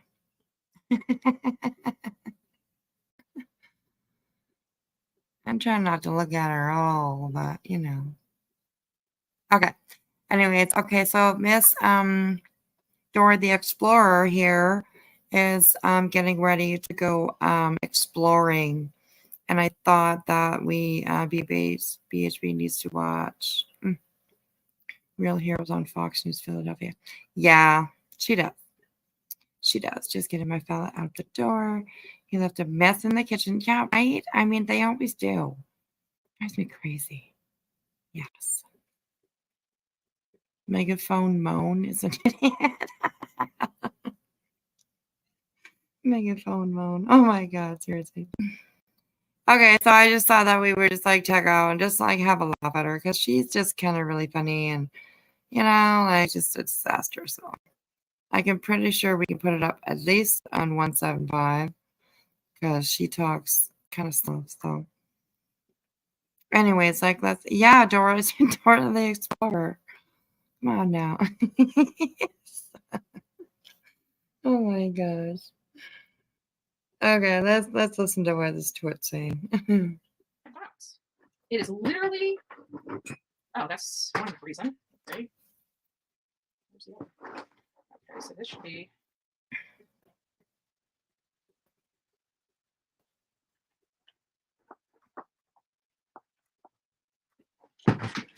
This is. I don't know what happened. My box literally just went out. She got up so fast. I'm like, what? I don't know if it is. Thank Anyway, you we got the so place. We're much, about to go. Let me go ahead and mute this so I can get you guys. I appreciate you, a member for 2 months. It's always good to see you, sweetheart. Always, always. Thank you so much for supporting my channel. I appreciate that. Okay, let's keep going. Yeah, she can be comical. You know what? If you just look at it in a funny kind of way, then oh, look at that. The cleavage. Anyways. Florida to Illinois. I have no idea. Let's Google it. Okay. Okay. Hey Google. Hey Google. Google, you stupid bitch. Okay, Google's not listening to me. Okay, anyways, let's do it this way. Okay. How long does it take to drive from Florida to Illinois?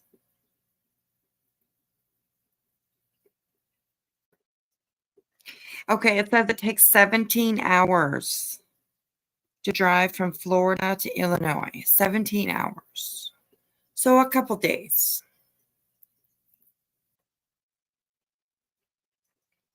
That's what Google said. Well, I had to ask her.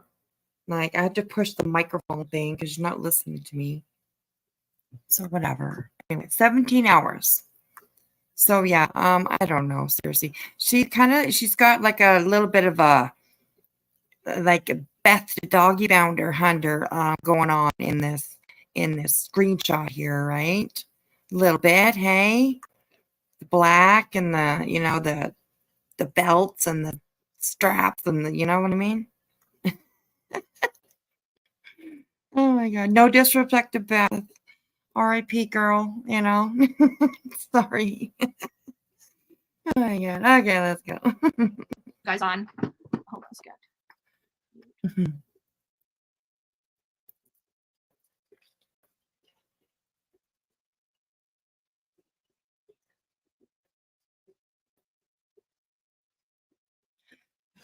Oh, look at she's looking at herself. Did you see that? She's looking at herself. Oh, she's watching herself.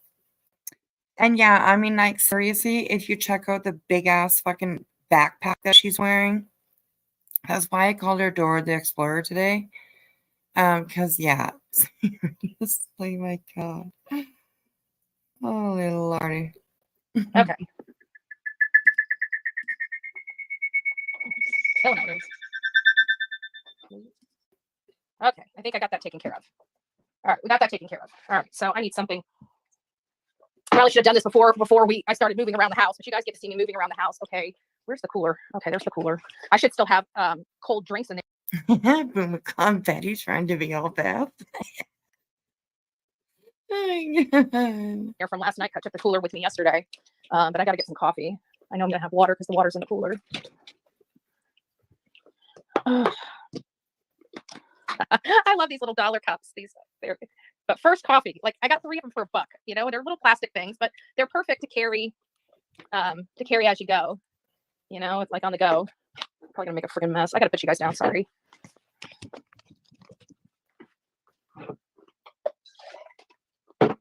Like, look at that fucking backpack, man. Like, that sucker is stuffed from front to back. Right?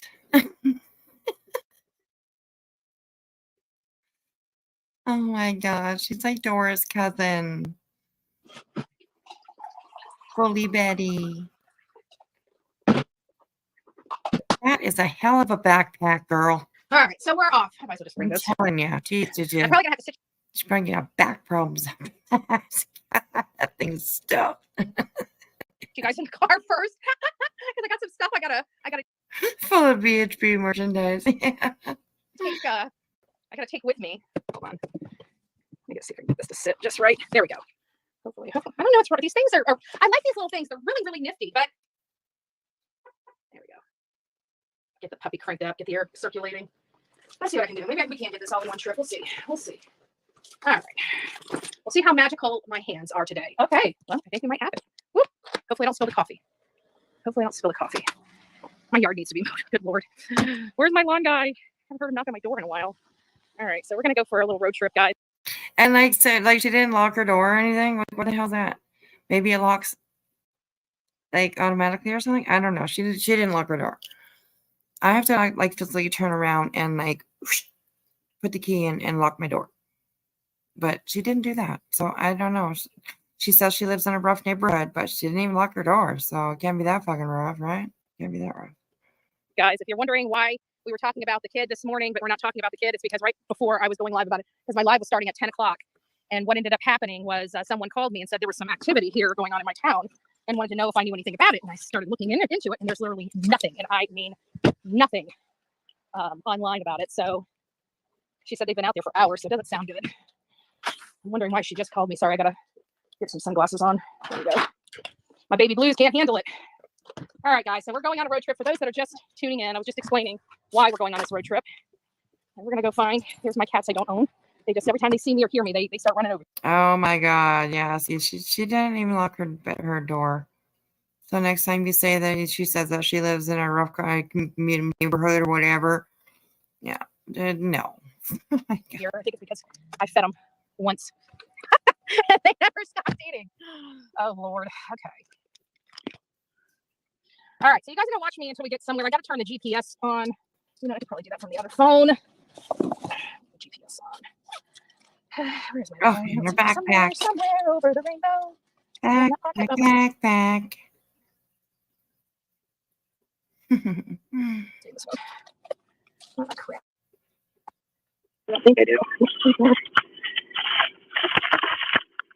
Oh, well, we're just gonna have to make do, but I know we're somewhat where I'm going because we'll just listen for the GPS. Oh, I gotta put a charge cord in here, otherwise we're gonna end up dying before we get there. We're going on a road trip, y'all. We're gonna go see what's going on. I think there's something going on. I wouldn't have gotten this call unless it was significant. Oh, Tiger Talk. Have an exciting day tomorrow. Oh, awesome. Thank you, sweetheart, for coming in and dropping all those links for me. I appreciate it. I love you, girl. Have a great, great night. Have a great night. Right? She could hide a full-grown person in that backpack. When I saw her wearing that, I was like, I just fucking died laughing. I was like, holy shit.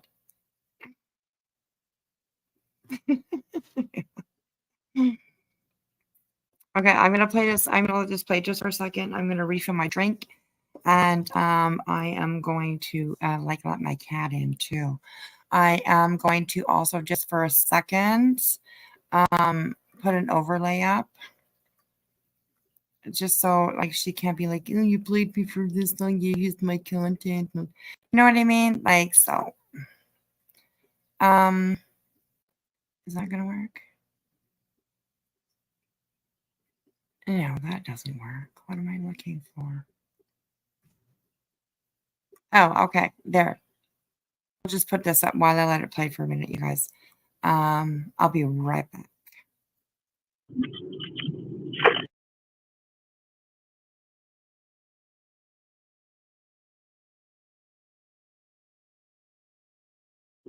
We just disconnected from the house Wi-Fi. If you hear my voice go down or dim, it's most likely because I'm receiving a call. I'm not going to be reading. I'm hands-free, and I'm not going to be reading the chat as we're going for safety reasons, as you guys can imagine. So please chat amongst yourselves. I see an officer down there with their lights on. Please chat amongst yourselves while we go there.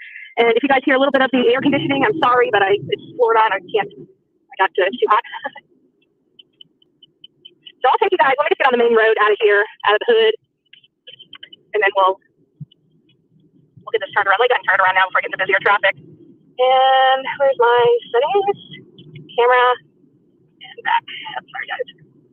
And you guys, like I said, just tell everybody if they're wondering what we're doing, just explain to them that we are heading to a case. There we go.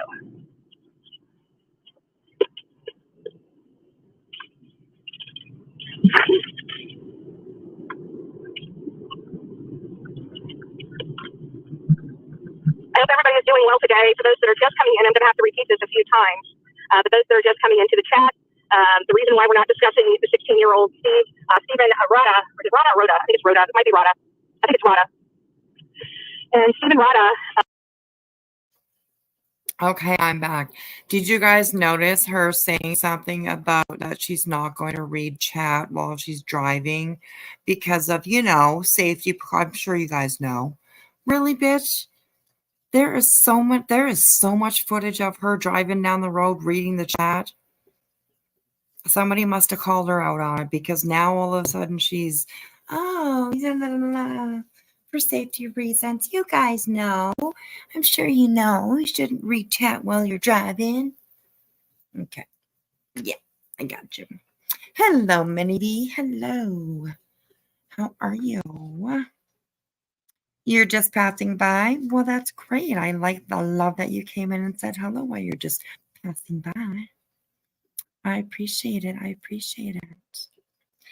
If you are in the bushes, like I see some people are, come on in and say hello. So I know that you are watching. And I can say thank you. Thank you for watching me. I appreciate that. Hey, Be Still, how are you? Hello, Grandma Sherry. Welcome to this late night laughter stream. Now we're laughing because, anytime you ever watch Bullhorn Betty, you just gotta laugh. You gotta laugh. This chicken's, woo, she's out there. Okay, let's keep going with her. It's almost midnight. I don't want to be on here late. So let's get some of this in. Yes. Thank you for hanging out with me, guys. I appreciate it. Was 16 years old and just over at his grandfather's house staying with him to help him out while his grandmother was in rehab, in a rehab facility. And unfortunately, his dad had been home, and he hasn't been home for very long because he never is. He's always on the road. He's just a degenerate. To be honest with you, I'm not going to mince my words when it comes to his father. His father's a piece of shit. He's my language. And I mean, even his mugshot, he looks scary. I mean, to me, that man's face looks pretty stinking scary, if you ask me. And to think that it's that young man's father, and he had no worry in the world to take his own son's life. I just, for the life of me, can't figure that out. I just really, really can't. Road rage, yeah. I bet she's a good one for road rage. I bet she is. Very true. Now, I'm not quite sure what she's talking about. Stephen Lee wrote a 16-year-old killed by father on Labor Day. I'll have to look that up because I'm not quite sure I know what she's talking about, but very sad anyways. So that's what she's doing. She's going out to... I'm not sure what she's doing in this video. High school student. Let's read what her description says. It says, high school student murmured by father in grandfather's home. Picture says, 16-year-old, blah, blah, blah, blah, high school student was unalived by his father Monday morning at his grandfather's home. Okay.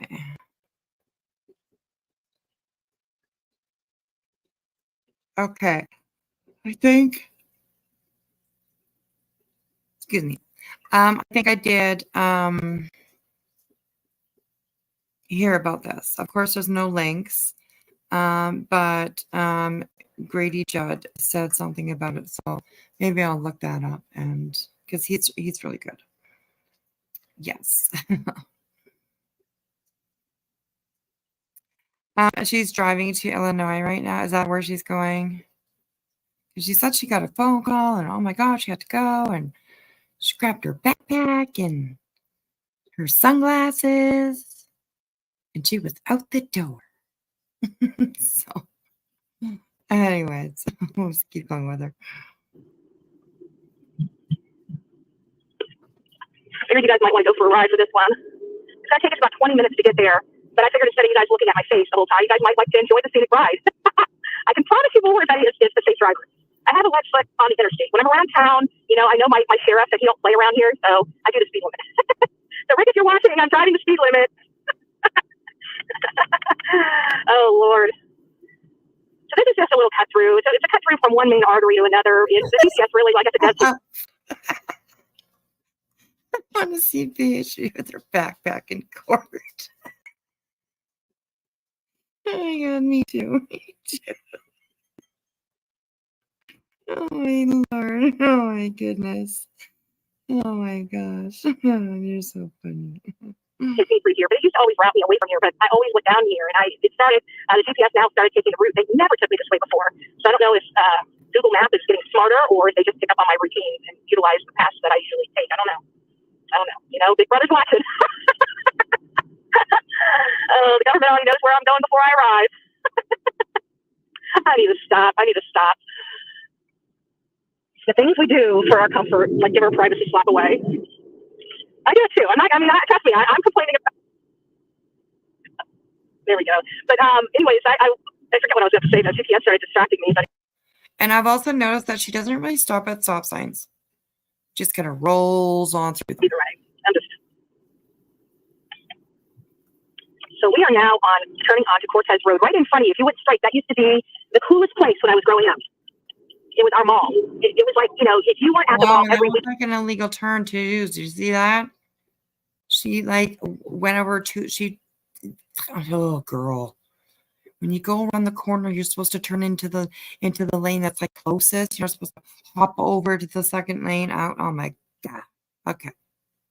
Weekend, you were not one of the cool kids. And they have let that rot so bad that by the time they decided to close the doors, like the movie theater in there was forced out because they couldn't keep the rodent problem under control in the building, that it was hard to pass inspections in the building. Like the food services, they all had to leave. The place was ran down. It wasn't being managed well. And it's just really, really sad. There it is right there. I don't know if you guys can see it, but there it is right over there. I don't want to try to blow it up. I don't think I can blow it up on StreamYard, which sucks. If I knew that this was going to happen today like this, I would have just ran a live specifically on just straight through YouTube. because it allows me to enlarge. It allows me just I wish there was one app or one like YouTube. I wish they'd give us all the stuff we need right from their studio and not have to leave or use things like StreamYard. I mean, I'd much rather give YouTube the cost for me to have StreamYard running a month to run on their platform. I mean, I just feel like they're just giving money away on stuff that they could technically have, and it'd probably be a lot less expensive too. Stop sign. Good morning, everyone. Yes, hi, Snow. I see you. Sorry, it's the last person that I saw at the very bottom. You get the only high so far this morning, Snow. Oh my gosh. It is a beautiful day in the state of Florida right now at 10. Oh, it's now. I guess it's probably at 20. Grandma, I have a little bit of a like uneasy feeling in my tummy too, so I don't know. It's 83 degrees. That's what it's registering on this old geezer. And I'm not talking about me. Well, you were urinal. Oh, Lord. Whatever. This area here used to be. Because she's talking forever. This is a 3-hour live, so I don't know. Well, stuff, but the internet kind of sucks. Maybe they use right now, but I don't know. A few years ago, we had a natural disaster here, a major natural disaster. Our phosphate mine it blew a wall. It started, and all the toxic water started pouring out of the side of the stack. It was a very serious situation. Okay, I don't know where I'm going right now, so you guys are going to have to probably give me just a second. Let me check my map. Okay. All right, so I need to stay on this right here. It's giving me cues. I just got to listen. I can't see the map. oh my God. You travel all over the place. You don't know how to get there? Come on. Well, it's like 3 hours of this, and then like he stops and gets out of the car and she walks around and gets in, and then I don't know where the fuck is that. And then she all of a sudden pops up back at her studio. So I don't know. Sorry, I'm being quiet because I'm trying to listen for the I'm not GPS to tell me what I need to do because we're getting close. Because that's there's a turn for my friend's house right there. I can speed it up a little bit more though. I'm telling you, turn.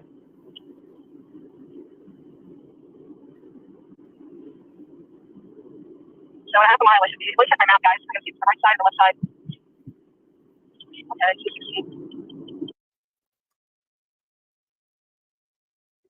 216. Check the GPS there.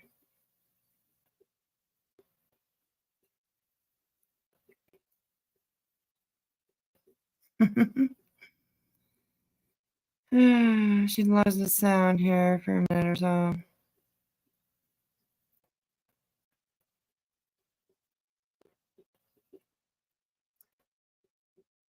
Come on, buddy. What is she? She's turning around. That's what she's doing. Like she's completely turning around and going the other way. So she's obviously missed her turn here. There you go, Betty. The back roads. That's right. Ooh, the policeman's right there. Oh my goodness. Okay, why is there no sound? What the fuck's going on, bitch? Come on now.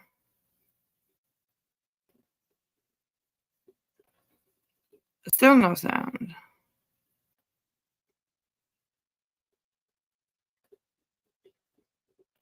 No sound, Betty.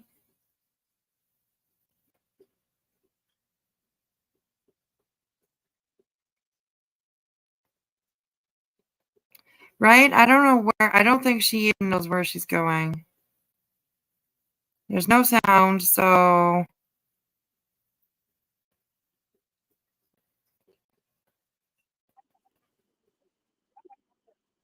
Still no sound. And she's talking and talking and talking. And I bet you. the Bluetooth off. It wasn't working. So what I was saying. Oh, there we go. Look, now she's like, what? There's no sound? What? What the fuck are you talking about?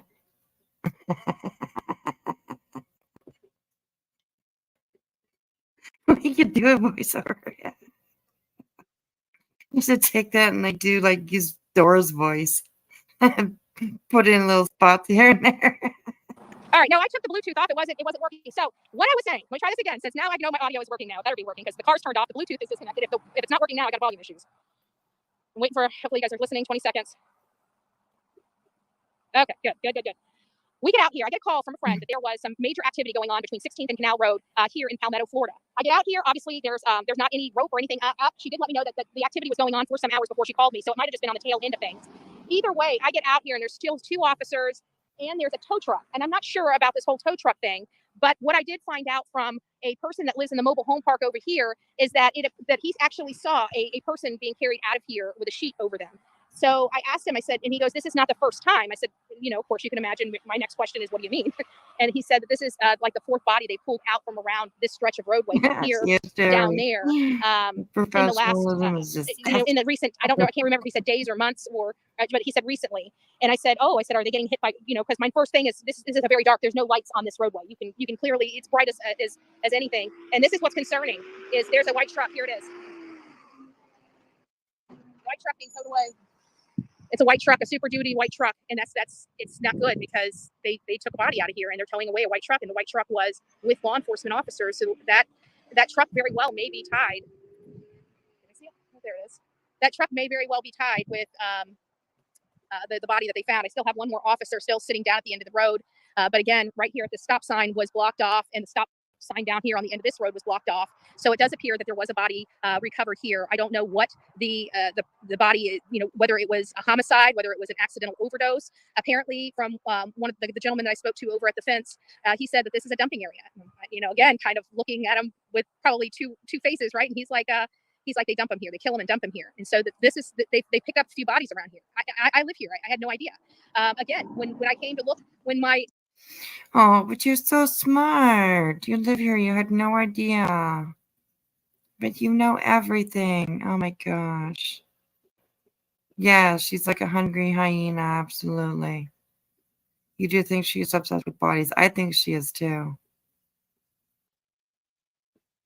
She gives me she really just gives me creepy vibes. She does.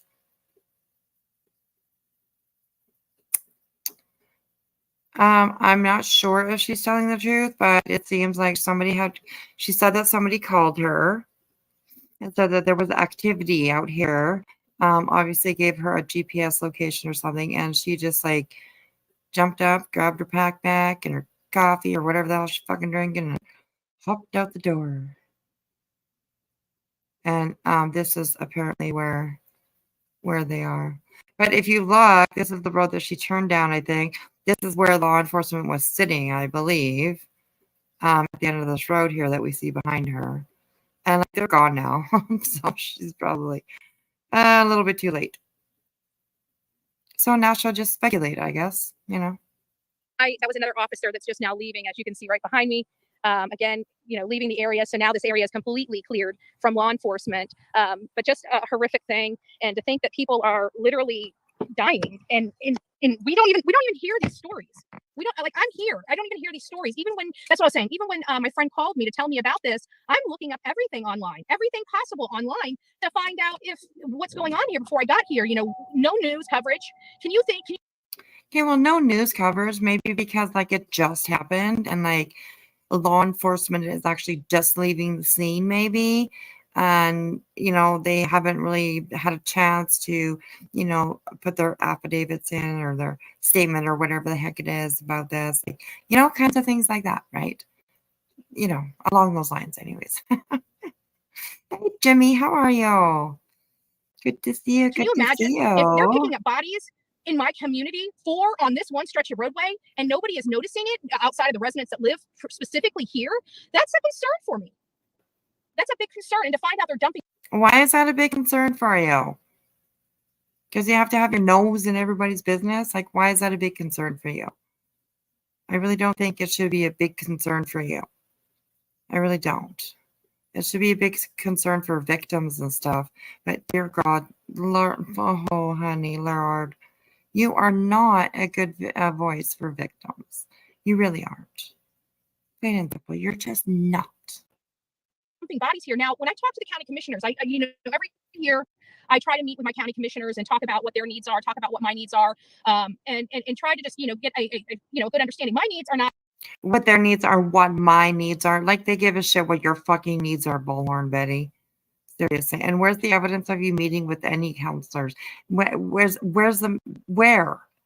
Anywhere? The only thing that I've ever seen you do is like go to like the monthly council meetings down at like City Hall or whatever the hell, wherever the hell they have it. And you're just absolute pain in the ass to these people. Like, you don't meet with them. You don't meet with them, just you and them.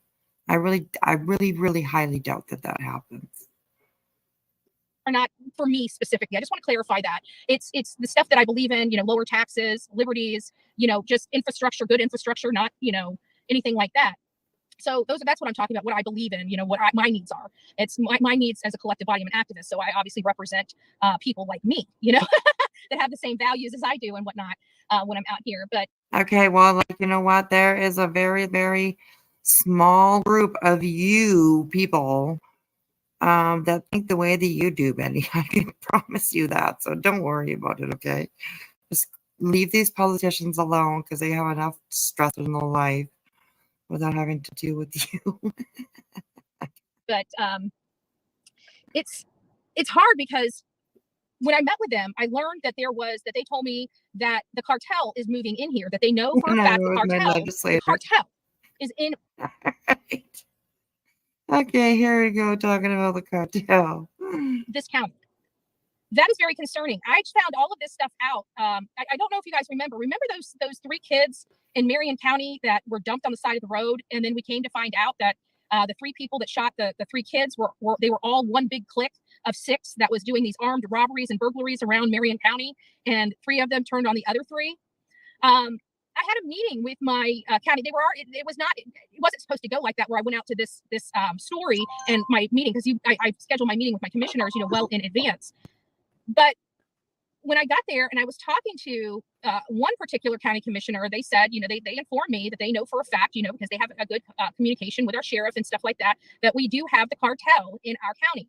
So if the cartel is in this little county of Manatee, because if you remember all of that. Okay. Okay. Oh my God. My U.S. friends, if there's Florida friends here, is that true? Would she be able to go and have a meeting with her representative, whatever the hell she said it was? And like he would give her information like that. Yeah, like just like whispers to her or what? There's a cartel. There's a cartel in Manatee County. Don't tell anybody. Like, what the fuck are you talking about? Are you fucking kidding me? Delusional, Betty. Delusional. I think you're just delusional.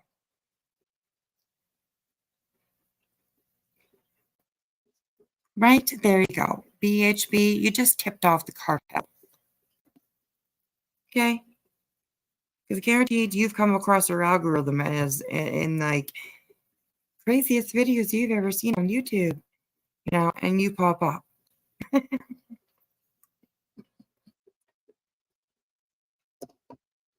Oh my God, so crazy. Right? I'm Spedler. A meeting to her is often a phone call to someone. Right? The secretary that says, sorry, ma'am, he's not available. Over and over and over, because they have her number up on like speed dial or whatever, or like it's like, flagged in their phone. So when it comes up red or something, and they're like, oh, fuck, damn, it's Bullhorn Betty. Calling, she wants to fucking talk to somebody. Hey, when the new girl comes in, they're just like, just tell her that they're busy and they can't talk right now. She'll go away eventually. She'll go away eventually. Oh my God, so funny. That stuff was going on in the rural area of Marion County. So that's kind of the new thing for these cartels and other people. They move out into more desolate rural areas, as opposed to, and they may be in like a rural near a main artery, but they've been doing all their stuff, out in the country. They probably to keep do. the focus off of them versus doing it in the city like they once did. This is bringing a lot of crime that would normally be in the inner cities out to the rural or in suburban areas. So it's kind of crazy here. I don't know what's going on. Do you guys think we should go back there? I mean, they have cleared this area out now. Do you think we should go back in the woods? I mean, I saw a truck though. Do it. So it almost seems like maybe somebody pulled off on the side of the road, or maybe, like the guy said, maybe this Go person was back there, dumped here. Betty. Maybe they were put in Do their it. vehicle and, you know, drove out here and left. But there was a white F-150 or F-250. No, it was an F-150, a white, or maybe it was a Chevy. I gotta go back to the video and look at it. I can't remember what kind of car it was that was out here, or what kind of truck it was. I can't remember if it was a Chevrolet or a Ford. But it was a decent looking truck. It had you know, the work. It was a Ford. So. Stuff on the side of it. It wasn't just, you know, flatbed. Yeah. It had like this. It was fitted for a construction truck. And I don't know. It's just sad. And it was more like I was just expecting to come out here just for something. And like interesting to honestly, do. like seriously, and you can imagine, she like, just like looks kind of in stoned shock a as little fuck bit to that there's me. been 3 to 4 bodies. I don't know. She looks stoned to me. I don't know why, but she just does. Hey, Boston. Hello, everybody coming in. I see there's someone in the bushes out there. Come on and say hello. PB&J, hello. PB&J, that sounds yummy. Sounds good. Bringing in the snacks. I like it. I like it. Bodies picked up like right around where I'm sitting as we speak, just in the recent history of these bodies. I didn't know bodies were showing up out here on Canal Road. Can somebody look and tell me? Because I don't know where my other phone is. If it's in here, that'd be great. But I can't seem to find my other phone. I've got 2 phones for those that don't know. I'm a 2-phone person. I never find the other phone because the other phone is just on. Hey, Susie, how are you? Right? Exactly. I agree with you. She acts like she was told this personally. Yeah, absolutely. I mean, it's just crazy. She always acts like there's like she has a team behind her, and they're, you know, like her own little journalism office. And like they all print off her press passes for her, and you know, all that kind of stuff. They got her backpack ready for her. All right, guys, we're going to go back to the office and start. I'm interested to find out Canal Road in Palmetto, how many bodies are being reported as being dumped here. But that guy said that this is like the 3rd or 4th that they pulled out of here. I'm like, what? And he's like, yeah, they're being dumped. I'm like, dumped? You know, just that it just rolled off my. He goes, yeah, killed somewhere else and dumped out here. I said, no shit. And he's like, yeah, excuse my language, but that's exactly what I said. The 3rd or 4th body that's been pulled out of there. Okay, I really don't believe that. I don't know how the news goes down in the States, but I think if they pulled like 3 or 4 bodies out of like a certain place, I'm pretty sure that something would be out there in the news. So I don't know. She's gonna go back to the office, I guess, and then we'll see if she finds anything. I guess I don't know.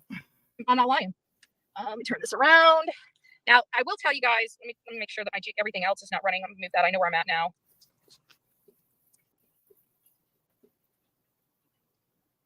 There we are.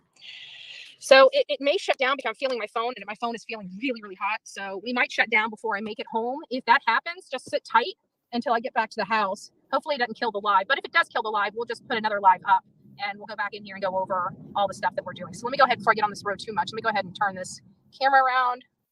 Okay, so she brought a backpack stuffed full of stuff. Okay, she brought another couple bags, I think it was, or whatever.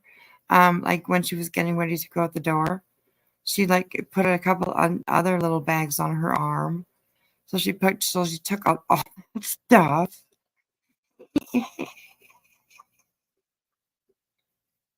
Right, gosh, for 45 seconds outside of her car. Oh my God, you guys, it's so fucking funny. So you guys can see the drive home. And I'll turn it back right before I get to my community, of course. Just some things left unsaid or That's seen. wonderful.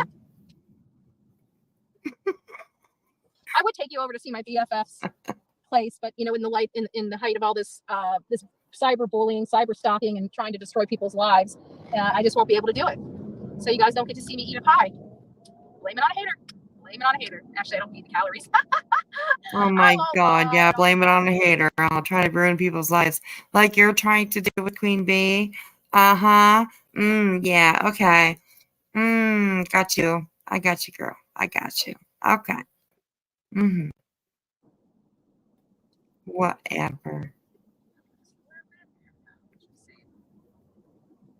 So we're She's heading like back to the old office. so fucking delusional. Well, that was a little fun little road trip. It was something different. It could have been some. It could have been some. I bet you we would have gotten a little bit better footage if I would have left as soon as she called. But I was still trying to get the live, everything I was going to work on the live done. I wasn't going to go. And that's kind of what I did yesterday, too. When we went out to the Labor Day thing where the 16-year-old kid got shot. Now, that is, I'm sorry, that's just an awful, just an angle grinder. My God. I can't even imagine how painful. I don't even want to think about it. It's too hard. Butler, your dog's in the But I can room. tell you, it's just sad. You know, Labor Day and his own father. Like, it doesn't sound like his father. It sounds like his father's having And a look, problem. she's just fucking flying. Like, she's just coming up on everybody. Like, I don't Like, abstain fucking from passing use of, them, fucking, really anything. I've got like, something. everybody. You just sped up a little bit. And I can tell you, I've had a prescription. I know they tell you to kill your prescriptions like But 2 you years can ago. My still see prescription her for that fucking was flying 5 by years. Still got like everybody. 3 or 4 tablets in it. Like, So oh my gosh, she got her if I have a hard night, fucking. even when I have hard nights, most of the time I just, ooh, that traffic is awful. Remember that traffic that we saw? It's even worse. So we're just gonna go straight. We're gonna avoid that entire area. There it is, right there. We started seeing it on our way. Hold on, sorry, you guys, I'm not showing you. Right there. We're about to go by it now. There's all that traffic that we drove by on the way to that property.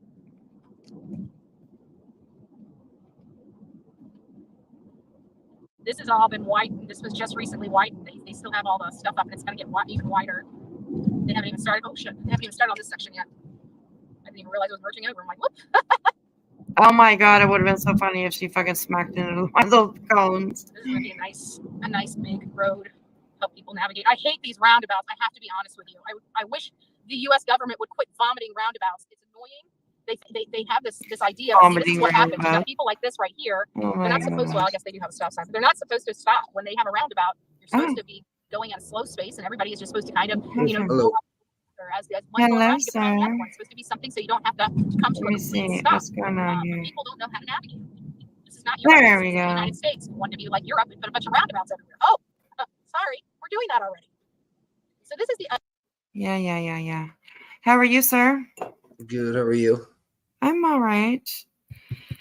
Hanging in there. Yeah, Well, finishing fine. the night off. I need to see this yet, so I'm interested. Oh yeah, this is kind of crazy. She's been out of the house. Well, she got out of the car. She's been out of the car for, I don't know, she's out for like 2 minutes maybe, and now she's going back home. The other side. So this is more of the scenic route. This is more of historical Palmetto that we're going through now. Oh, that looks so historical because we just got a new. That right there is brand new. But this is more of the downtown Palmetto that once was. Hello, guys. As soon as we get back to the office, I will say hi to you guys personally like we always do. But for now, I can't really. I guess I could look at the M&M. I've never been to Florida. I've always wanted to see palm trees and drink a pina colada on the beach. Well, we have a place. We got a lot of places that are just they're cute as a button here. Like I came across that doctor's office. That was a stumble. I was about to go over to the Ugly Grouper. That's why I ended up going to the Ugly Grouper like a day or two later, because that was really my destination that I was going to the day I ran into the doctor's office. And I didn't even know it was just this cute little. It was almost like a little speakeasy, that was disguised as a doctor's office. It was just cool. I would have never thought it was a restaurant. Just got her Not only a doctor's office. restaurant, What the but fuck? Lord, it was a decadent, like hoity-toity restaurant. I enjoyed every. But that's going a million miles an expensive, hour. but it was worth it. I mean, you don't really do that. It was fresh. It was fresh seafood. Oh my goodness. Well, something's definitely going on. I'm starting to wonder if there's a baseball game here because I haven't heard of any auto wrecks going on, but I could be wrong. Beach party for the coffee beans. Yeah, you know what? That actually probably wouldn't be a bad idea. Maybe that's what I'll do next year for my 45th. Maybe we will. Maybe I'll start working on it this year, and I'll organize something someplace here in Florida. It won't be here in my town, but just a place that can handle a bunch of people that are jacked up on caffeine. Caffeine and crime, right? I want to go to the beach. Yeah, well, it sounds great in theory, but let me just explain this to you. You guys know we have not been on the road very long, right? I think I spent maybe 10 minutes there, 20-minute drive, so maybe a half hour. In that half hour, you guys remember, and I don't know why I said it, But I did. I said, when I got in the car, I was telling you guys how beautiful it's out and how it is. What did I say? Like 9:30, 9 o'clock, something like that. I don't know. Maybe it was. There's no way it's been an hour and a half since we've been on this trip. But I can't remember what time I said. Either way, I said the temperature, and I said the temperature is 83 degrees. It is now registering. See it? So just in that little bit of time, from the time we left the office, Oh, I got 3 to the time we degrees. made it to the crime scene, it went up 3 degrees. You got boob It sweat? does that all day long until it's about 100 degrees outside. And then when it gets to the top, it starts. Okay, let's go. She's just, oh. On the road. I hate stupid drivers, and I hate the people. These tractor trailers. I don't know how many people drive on the interstate where you're from, but I'm starting to find that these tractor trailers are really dangerous. I mean, they put people's life in danger unnecessarily, and I kind of understand a little bit why. Nobody wants to be stuck behind the tractor trailer when they're trying to move over into your lane to get around another car that they are going only 2 miles an hour faster than. You're stuck there. You just want to get in front of them, so you kind of gun it. Well, everybody doesn't want to be behind the tractor trailer, so they quit signaling anymore, because all it does is make people speed up so they can't get over. So what they do is they wait until there's enough room for the tractor trailer, and they just put their blinker on and move right in. Well, This broad just loves to complain. She does. Oh my goodness. Hey, and don't be fucking knocking the truckers, bitch. Jesus Christ. Don't be knocking the truckers. They turn their signal light on. It's click it on. 1, 2, 3 clicks, and they start coming over. That's what my hubby does, anyways. Industry too. She's probably just right up their ass. That's why. Screaming. Yes, exactly. Like driving beside them in their blind spots and all that kind of shit, right? Like, guaranteed, she's probably the one that's dangerous around them. So it's crazy. That they're moving in front of has their heart in their throat, slamming on their brakes behind them because they're so scared that this is not going to be enough room for that tractor trailer. And I'm just like, it's becoming dangerous. And I'm sorry, but your time is not worth somebody's life. And so I know I do have people that drive tractor trailers, and I have to believe, hold on, it's down. I'd have to believe, I can, that's right, I forgot I can have, Oh, she must have just passed the popo there. Just passed the car, had to put the phone down for a second. Right. Throw the phone around, stop, drop, and roll. Yeah.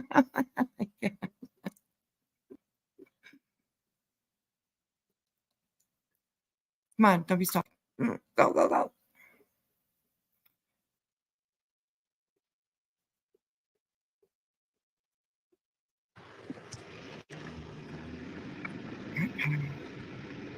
So there you guys have it. So they're taking it over to, I know where they're taking it now. I didn't see the name of the tow truck when it was leaving, but now that I know the tow truck that was leaving.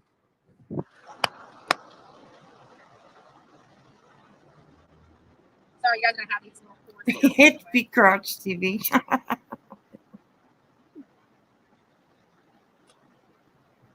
can't believe that truck. The traffic here is awful. I gotta tell you, like, it's been a while since we've had a traffic jam this bad. It's 10 o'clock in the morning. When we were heading over there, it was a bad traffic jam. Yes, PBG, I agree. It's dangerous when Betty doesn't give tractor trailers the safe space that they need. Absolutely. And they do need the safe space. They take way longer to stop than you are, especially when they're full. They need the room, right? When you're driving behind a tractor trailer, if you're directly behind a tractor trailer, if you can't see their side mirrors, they can't see you.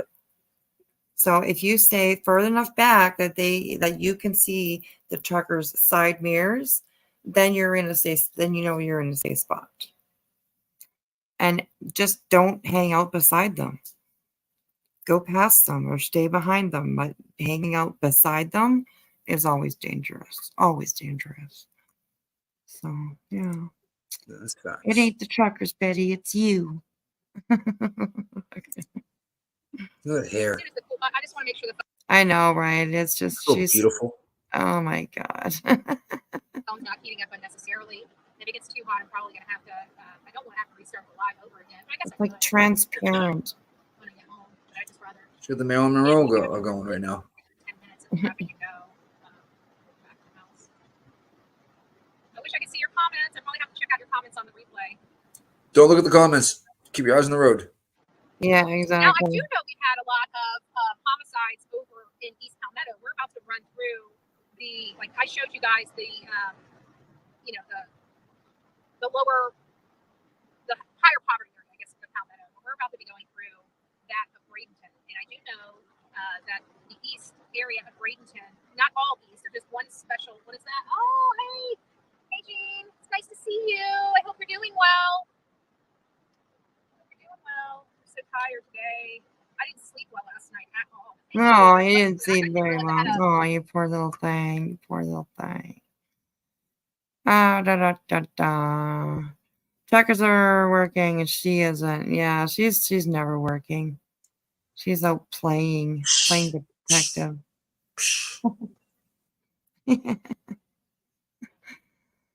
Yeah, your father-in-law was a trucker and taught me to drive. Yes, awesome. There's just a few certain rules with trucks, you know, if you obey them and if you practice them while you're driving, then you'll be fine around trucks. Absolutely. I think she just doesn't like them because she's probably scared to drive by them. She's the one that's scared to go by. Fuck. A little something up there. I don't even know what was up on the screen. I can't see it, but it's like this big. It's like this big. So I definitely have enjoyed this morning. Like this morning I got up. I woke up at 4:30. I actually had some photos. PB&J, I do believe that she does have a felony. She has like she had that coke charge. She had that where she was like caught with coke. Scale 2 grams, and some X, but somehow that got dropped to a misdemeanor. Oh, right. Yeah, right. We were talking about that before. Yeah, so but I don't know. I can't even remember. I've read so much of it and I just can't remember. Cheese, yes. I was in Holland when I saw Prince. We were in Rotterdam, to be exact. Rotterdam. We were in Rotterdam. 1986. Yeah, craziness. I was over there with my family because like my adopted family was Dutch and they still had like relatives over in Holland, and we were over there on a family holiday or whatever it was. That had to be fun. Went to a concert, so yeah. The concert was amazing. The concert was awesome. It was like one of the only things because there's like these were like trips with my adopted family, right? And like it was my adopted dad that was like the real big creep in my life. So yeah, holidays with them was never really that much fun, but I get it. The concert was because I was like with my brothers and sisters, and we had like friends of ours that we knew from our own hometown that were also just visiting relatives in Holland that were there. So we all went together. So that was an awesome time for sure. Absolutely. I was only 12 years old. So that's my big brother. You know, I have a brother that's like, he was like 14 years older than me or something like that. So I was with my big brother and stuff like that, right? Like, yeah, it was a blast. It was awesome. I was the older brother, you know what I mean? So oh yeah, there you go. Nice. Yeah, an older brother. Yeah, Grandma says not just any concert, Prince. Yeah, and that's like literally the only concert I've ever been to, ever in my life, because I've always lived like where I live now. I mean, this is where I grew up too, but where I live, like it's just we're in northern Canada. We're just a tiny little place compared to other cities, big cities where they have concerts. Yeah, there's just not enough people here for them to come up here to make it worth it for them to come up here, right? That's true. So we just don't get anything. It's like, well, fuck you guys. Right. So yeah. We had back in the day, we have had the one concert that it wasn't even really a concert, it was just a band in a bar, which was Doug and the Slugs. Doug and the Slugs? What the hell was that? Doug and the Slugs. You might remember Doug and the Slugs.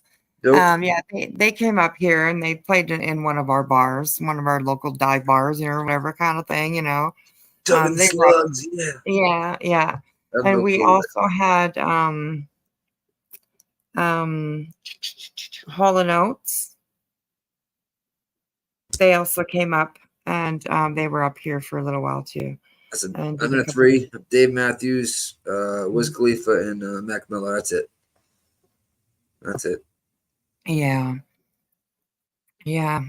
That's only like I wasn't allowed to go to those concerts that were up here, Douglas Logs, and I know that they were up here just because my brothers went to them and stuff, but I wasn't allowed to go because they were in bars, right?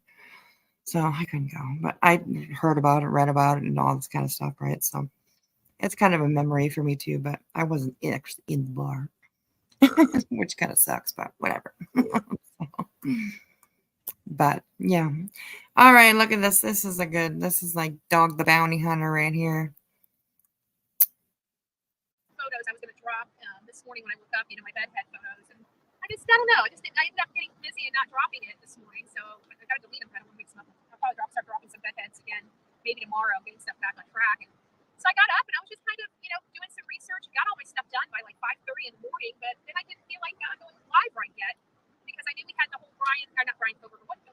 the press conference. That's right, press conference for Alec Murdaugh. Their attorney's going to be challenging his conviction to get it overturned. I personally, I haven't heard, this is just my opinion. I want to make sure I'm clear for the people in back, my opinion just on the limited information that I have. I'm entitled to my opinion anymore. I'm entitled to my own brain anymore. I would like to, I think that it's a bunch of publicity. I think it's a publicity stunt because I've listened to all of the evidence. I think the trial judge was beyond superb. The scheduling was just spot on. They had some few minor scheduling hiccups that. Okay, who is she talking about right there? I don't know. She said it was a publicity stunt. Let me go back here just a little bit. Some research, got all my stuff done by like 5:30 in the morning, but then I didn't feel like going live right yet because I knew we had the whole the press conference. That's right, the press conference for Alec Murdaugh. Their attorney's going to be challenging his conviction to get it overturned. I personally, I haven't heard, Alec Murdaugh. my opinion. I want to make sure I'm clear for the people in back. My opinion just on the limited information that I have. I'm entitled to my opinion anymore. I'm entitled to my own brain anymore. I would like to, I think that it's a bunch of publicity. I think it's a publicity stunt because I've listened to all of the evidence. I think the trial judge was beyond superb. Okay, it was a publicity stunt. Alex Murdaugh, his trial or whatever, like she's trying to go for a new trial or something like that. That's a publicity stunt. I don't know, BHB. I don't know if the judge would be too impressed with a publicity stunt taking up time on his desk. I'm not sure about that. I don't know, maybe. The scheduling was just spot on. They had some few minor scheduling hiccups that they had, but overall, everything in this Alex Murdaugh trial went smoothly. Now, there are a few things that weren't so smooth. They didn't want. Night, Spudler. Hope you have a great day. Need to finish painting fences. Oh my goodness. Just remember the Karate Kid. Okay? We taught him how to paint. Okay? With the wrist. Use your wrist. Up and down. Up and down. Up and down. Just think Karate Kid. You'll be good. You'll be good.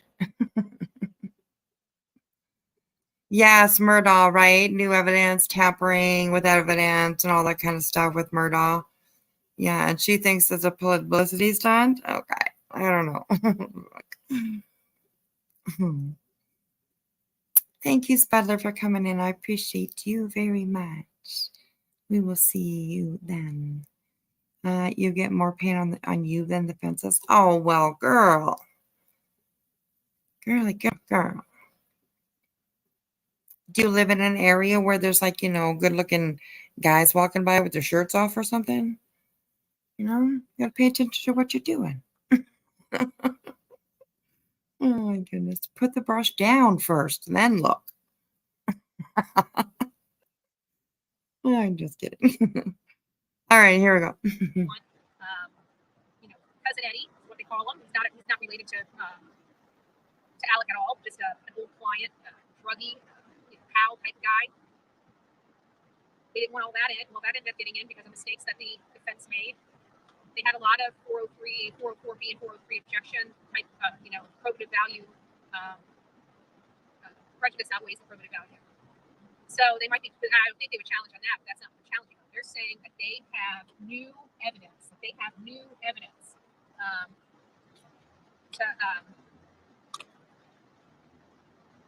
to present. But nobody's saying what that new evidence is. And so at 2 o'clock or 2:30, I think it's 2:30 today, Eastern Standard Time, there's going to be a press conference related to the new evidence. I'm not sure if they are going to let us know all the details, but I think at that time I will decide definitively if I still think it's a publicity stunt or not. I just, like, all the stuff I hope you'll around them, decide definitively. now I know why Buster's interview, why they had Buster's interview. I get that now, right? I truly, truly get that now. So Buster's interview was about how he thought somebody else was out there, and he's taking all the necessary precautions. But I think She says she's listening, but she got to get dressed. Put your clothes on, Nikki. What kind of place do you think this is? Hey. Oh God, I was like Nikki Olsen. Ah, Nikki, gotcha. yes. She said she's listening, but she got to get dressed. Been sitting here with her naked ass the whole time. You never even knew. Oh my gosh. I'm just kidding, Nikki. at the end of the day, he still feels like the real killer is out there. And that was before we knew of this new evidence. So now we're starting to see the strategy take shape. We knew Buster came out. We knew there was a reason why he had that powerful interview with Martha McCallum, which is a great journalist. I've been following Martha literally for years. I've met her several times in person, just a very nice woman. And I got to tell you, I feel so stupid, because I got to be honest with you. I was just thinking about that. Now that we know that this 2 o'clock press conference, now it's taking shape as to why Buster went in with this weird thing. I did a whole video on how weird I thought it was. And now I know why it felt so weird to me, because it was part of a ploy. They're playing us. Okay. I just can't listen to her about this anymore. Let's get back. Oh my goodness. Work for it to get back in the house. So let's see what we can do. But at least you guys didn't overheat for this second half. I freeze that phone. I turn the air conditioning on high. In her terrible neighborhood that she lives in, and she didn't even lock her door. All right. My casa, su casa. Oh my God. No, thank you. Oh.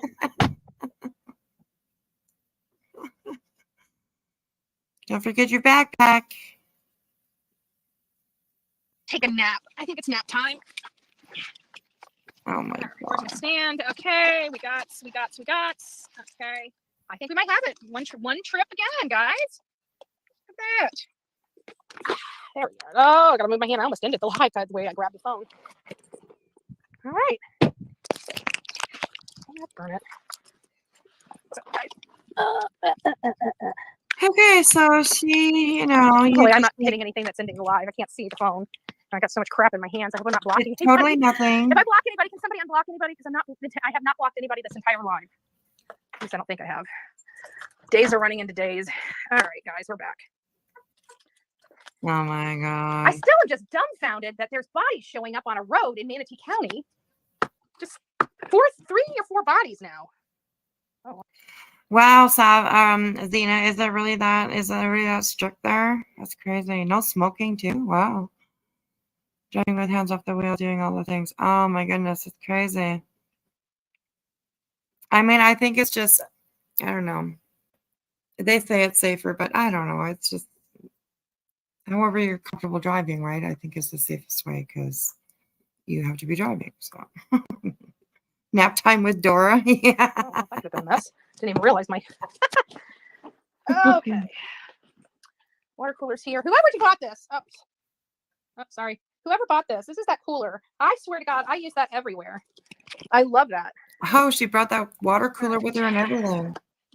We need to get to work. Yeah. Boss is gonna kick our butts if we don't get to work sometime soon, right? All right. We's be back. Did she just say Boston's gonna kick her butt? Did she say that? I think she said that. What? I think she said something about Boston's gonna kick our butt. Not this one. Hopefully, I'm not hitting anything that's ending live. I can't see the phone. I got so much crap in my hands. I hope I'm not blocking anybody. If I block anybody, can somebody unblock anybody? Because I have not blocked anybody this entire live. At least I don't think I have. Days are running into days. All right, guys, we're back. I still am just dumbfounded that there's bodies showing up on a road in Manatee County. Just 3 or 4 bodies now. Wait. Oh, well, that could have been a mess. Didn't even realize my. Okay. It's coming up. Water cooler's here. Whoever bought this. Oh. Are you serious? Whoever bought this. This is that cooler. thought I she swear to said God, I something use that everywhere. Boston something. I love that. All right. I don't even watch her. We need to get to work. Boss is gonna kick our butts if we don't get to work sometime soon. Boss right? is gonna kick our butts. Oh, the boss. Okay. That shit Boston. It's like, what the fuck? Like, damn. You I gotta go chicken. lay down though. I wanted to jump up for a little while. All right. All right. Thank you so much for coming up. I appreciate it. Have a good sleep and don't work too hard tomorrow. I know it stinks. Bye, guys. Good night, Wispy. All right. Good night. Bye. Bye. Bye. All right. We be back. We be jamming. Oh my God, Oh, baby. I feel like a kid coming home from school with that heavy backpack. My Lord.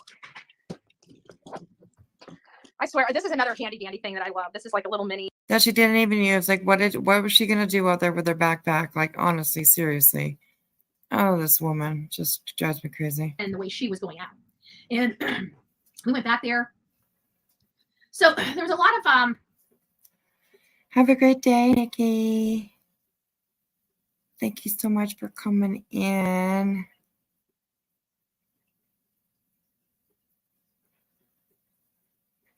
Be careful out there. Careful on those streets.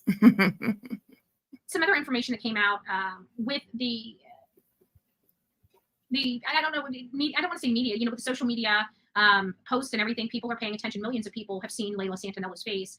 And one kind lady had reached out. I did not know this. I found this on Jen's TikTok, that one lady had reached out to her and swore up and down that she had a child, that she saw Layla and she remembers her because of the child. Well, unfortunately, Jen has Nova Grace. So there's no way she would have seen Layla Santanella with her baby. Because Jen knows where her baby has been. And so that was kind of excluded as a possibility right off the bat. So something that was hopeful. And the girl, it wasn't, there's been, You're going I to feel pass bad her for Jen ring. Yeah, I'm going to pass because it. she, I don't know what this thing is. I didn't bring it up again.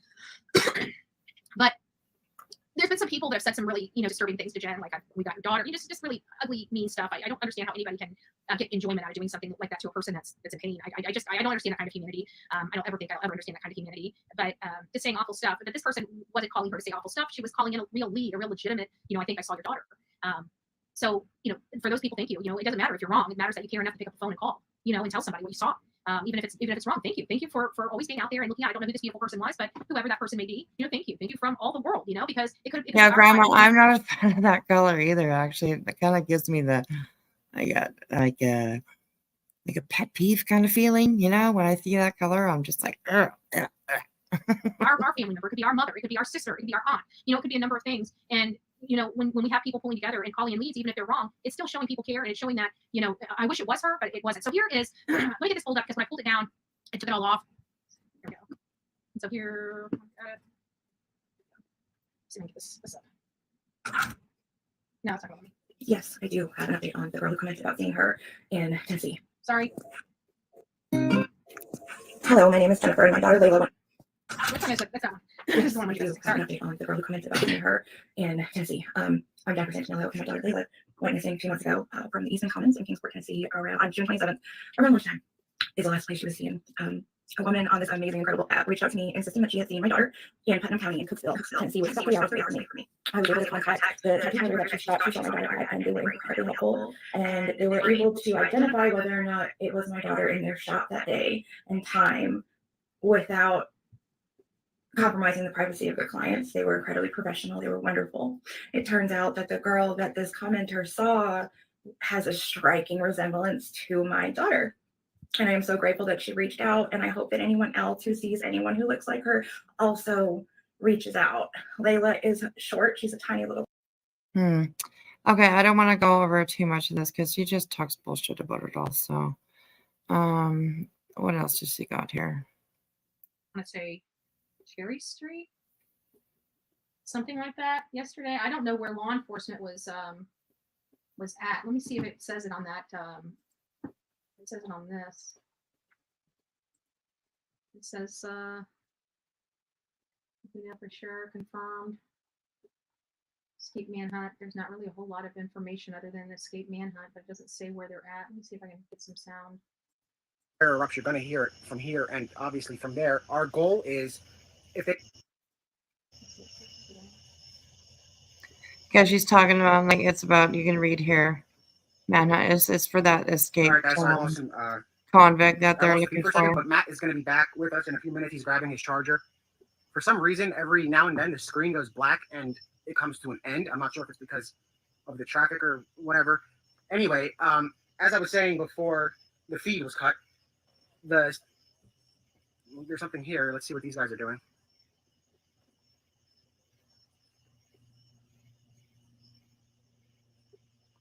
So we're live on Parkerville Road and Lenape Drive. You guys are seeing Parkerville Road. All right, so let me go. It's going to be easier for me to. Well, maybe not. Hold on, let's see. Parkerville Road.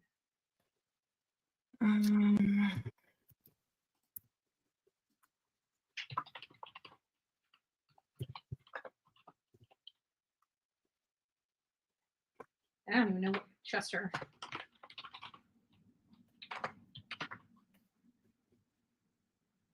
Well, it's not pulling it up. That's for sure. It's not with that. So let me try. He did say Parkville Road, right? Just give me a second, you guys. I'm just looking for some other stuff. police right here. Have a look at. So we're live on Parkerville Road and Lenape Drive. You guys are seeing Lenape Drive. I don't know how to spell that. Parker Road,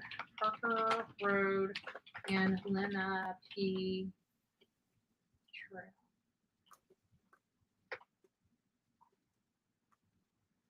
Find map.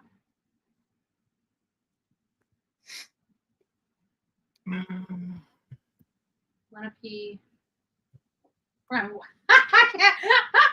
Somebody's got Parkerville and Lenape, which is Lenape. Parkerville. Is it road? Because it's not pulling up on the map. I don't know. Let me just take Pennsylvania out. Oh, there it is. So here it is. Let me just back this up just a little bit. Okay. And we want, so we got that. So that's Lenape. Says it's Parker and Lenape. Let me just make sure it is. Well, it's Winston. Clark. I don't see Parker. Find it this way. Parker Road, Missouri. No. I can't find it.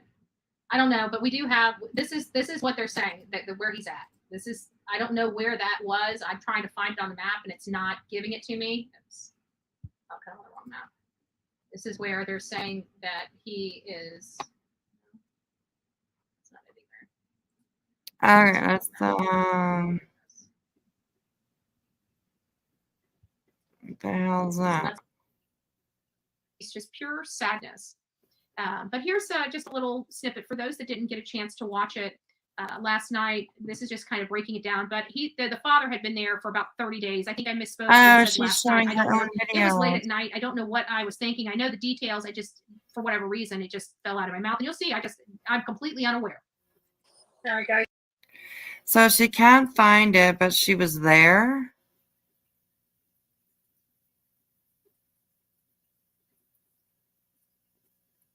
I don't get that. I don't know. Give me just a minute. I got some technical issues going on. So get you past not ready. Can't see. Let me check. Let's get past all the technical issues. His grandmother had gone to me. Is where a 16-year-old today, Labor Day, was actually taking care of his grandfather. His grandmother had gone to a rehab facility, so either had a surgery or some type of medical event that she needed rehab. So she was in a rehab facility, and the 16-year-old boy came to stay with the grandfather to help him take care of the house and everything else. Well, his estranged father shows up. His estranged father is literally all over the United States. There's spots of him in South Carolina and Texas. He even has a warrant out of South Carolina for his arrest, but they don't. Apparently, it's a low-level crime, so they're not extraditing him. So he could have been in jail, but chose not to. Either way, what he ended up doing is coming to his father's house, which was the 16-year-old grandfather's house. The grandfather needed to leave to go to the grandmother, and while he was gone, the hour that he was gone, he ended up killing the 16-year-old boy right here in Polk County, just right behind me over here. His grandfather sounds like a good person. From what we're hearing from law enforcement, Brady Judd, which I've already got his press conference downloaded, it was very enlightening on the situation here in Polk County. This is very sad. Again, a grandfather that is struggling right now, as you can possibly imagine, seeing a scene that no grandfather should ever, ever, ever have to see. Guys, give me just one quick second. I apologize about this. I'm having to this. I got some major. There we go. So Olivia is coming out here as we speak. We didn't know what we were coming into. We heard about this. We were going to come out here and cover this case today, but we thought that it was something that we should cover. Again, it is Labor Day. You know, many people are having barbecues and cookouts with their family, and a family here in Polk County is mourning the loss of their child and grandchild. Again, the situation, how it all transpired here, from my understanding. Gosh, she really tries to like say things like as if she's a reporter. And I mean, it's just unbelievable how she's just standing here, just like talking as if she's like talking to ABC News or, you know what I mean? Like, no, Bullhorn Betty, you're talking to, I don't even know if this was live or this is just a video, streamed 17 hours ago. Okay, she has 1,500 views. But I wonder how many people were actually in her chat, you know? Like, it's crazy. Maybe, I don't know if you can pull it up here. No, you can't. Yeah, I don't know. She really thinks that she's a fucking reporter. Live on scene, right? Yeah. Like, oh my God, it's just crazy. Understanding is that the father was not expected to be here. And I want to point that out. My understanding. I say that a lot. People just overlook that. Been estranged from the family. He's had a drug problem for many years, dating back to grade school, and he's just been. Okay, but you say your understanding, my understanding, as if it's fact, though. That's what the problem is with you, Betty. That's what you do all the time. So I'm glad that you're actually, you know, pointing out that it is like, you know, just your opinion, your whatever. Like that's something that we don't really see with you usually. You put things out as if it's fact, and then you go with it. And if it happens to come true, then you're like, I knew it. I knew it all along. I told you guys. Do you remember at the beginning? I told you. I told you this is going to happen. Yeah, okay. All right. That's like trying to guess what's going to happen to the kids who are hiding in a shed with chainsaws all over the place and, you know, some serial killer looking after them. You know what I mean? Like, I mean, it's easy to kind of predict kind of what's like sort of what's happening, right? But you do it as if like, ooh, you're such a like a thoughtful person. You're so smart, you know everything, and you're so educated because you know that's why you know these things. No, Betty, it's just like your scenario is the same for every fucking story that they put out there, and it's like really getting boring and boring and boring. Well, it's been boring for quite a while, but you know. What are all the hashtags on this live? Okay, well, we have Labor Day murder. We have frost proof. I'm just going to be away from chat for a second so I can make this big so I can read these all. Frost proof high school student, Polk County, Lake Wales. We have Stephen Thomas Rhoda. And that's like surprisingly, her hashtags actually have to do with what she's talking about, which I'm quite surprised. This one does not have her great big huge fucking list of hashtags that have to do with every murder that she's ever tried to cover. So yeah, that's kind of, you know, interesting. Her hashtags actually match the crime. Wow. A poor excuse for a human being, and he's been a criminal, has a criminal history a mile long, and was in South Carolina. Again, in South Carolina, he could have been under arrest. There is a warrant out of South Carolina for him, and he made his way back here to Florida. And I guess he had no place to go and chose to go to his father's house. Well, subsequently, his son was there. Now we don't know. Here's the problem: we don't know what transpired in the home or why the 16-year-old child is now laying at the morgue because nobody was here at that time. There is reports coming out from and his name Stephen Rhoda, both of them, the father and the son. So the son that was killed, the 16-year-old killed, is Stephen Lee Rhoda. Apparently, the family has given law enforcement their permission to use his name. His father, Stephen Rhoda, and his grandfather, Thomas Rhoda, were all here. But Thomas, the grandfather, left from here to go and check in on the grandmother that was in rehab. From law enforcement's understanding, he was gone for maybe an hour, arriving back here at 11 a.m. this morning, or around that time, around 11 a.m. this morning. And it's very, very, very unfortunate. But when he arrived back home, Steve, his son, was walking out of the house and said, "I wouldn't go in there. I just killed someone." And then it went from that to him thinking, because his son has said off-the-wall things in the past, he didn't think anything of it, walked into the house and saw the unthinkable. He saw his grandson lying there in the kitchen, living room, dining room area of the mobile home. He calls 911. Stephen Rhoda, his son, flees the scene. But listen, guys, this is the most disturbing of this all, and this is your trigger warning. I don't know if you know what an angle saw is, an angle grinder, rather. That's what he killed this 16-year-old boy with.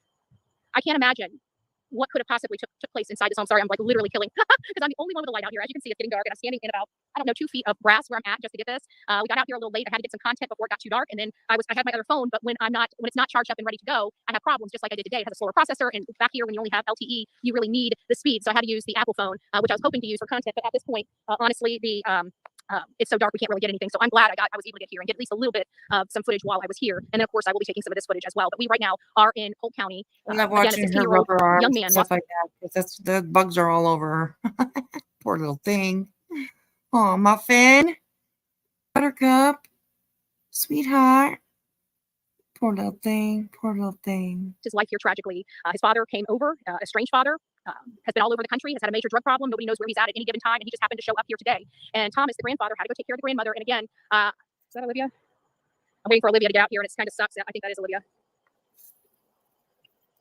Might be a little too dark to film right now. I said it might be too dark to film right now. I just decided to set up a live, and just thank you to my coffee club mods. They made this for me. Sonia made it, but I think my understanding they had all pitched in, so I thought it was really, really sweet. And again, we were just getting out of the house. Yeah, they made that for you like last year. So yeah. I do believe that is correct. She's an angle grinder. Yeah, I'm pretty sure it was something like that. I did read that. Yeah. Yes, Grandma. The dad murmured the son at Grandpa's house. My goodness, eh? My goodness. We're just getting out of the house just to bring this case to you. And from Polk County, it's the conditions have worsened here. There's a lot of mosquitoes out here. It's really dark. I know Lydia's going to get out. We're probably going to talk a little bit, and then we're going to get on the road. So that was just pretty much it. And lastly, for this one, let me see what else I got here. I think I got everything. What happened to your light? Oh, yeah. So they're starting to put some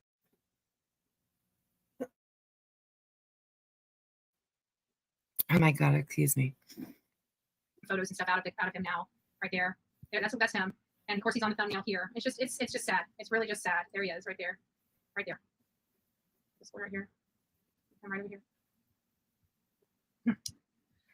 It's just sad. It's just sad. And here's the house. Let me just share this with you. So we'll just pop right on through here. Let's see if we can get this up just a little bit. It was sad. Yeah, we don't need to. Stabbed her grandfather in the face with a knife. Yeah. I don't know. We're either, you know what, we may be magnifying. Maybe these issues, I think somebody brought them up to me the other day. Oh, before I forget, I know I get so busy and I forget some of the important things.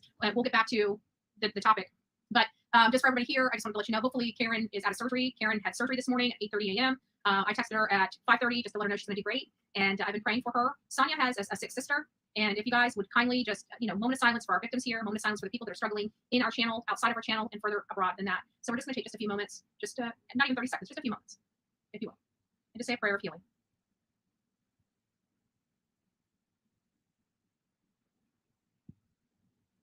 Thank you, guys. So this case here with Randy was only 8 days. Oh God, like what was that? 5 seconds?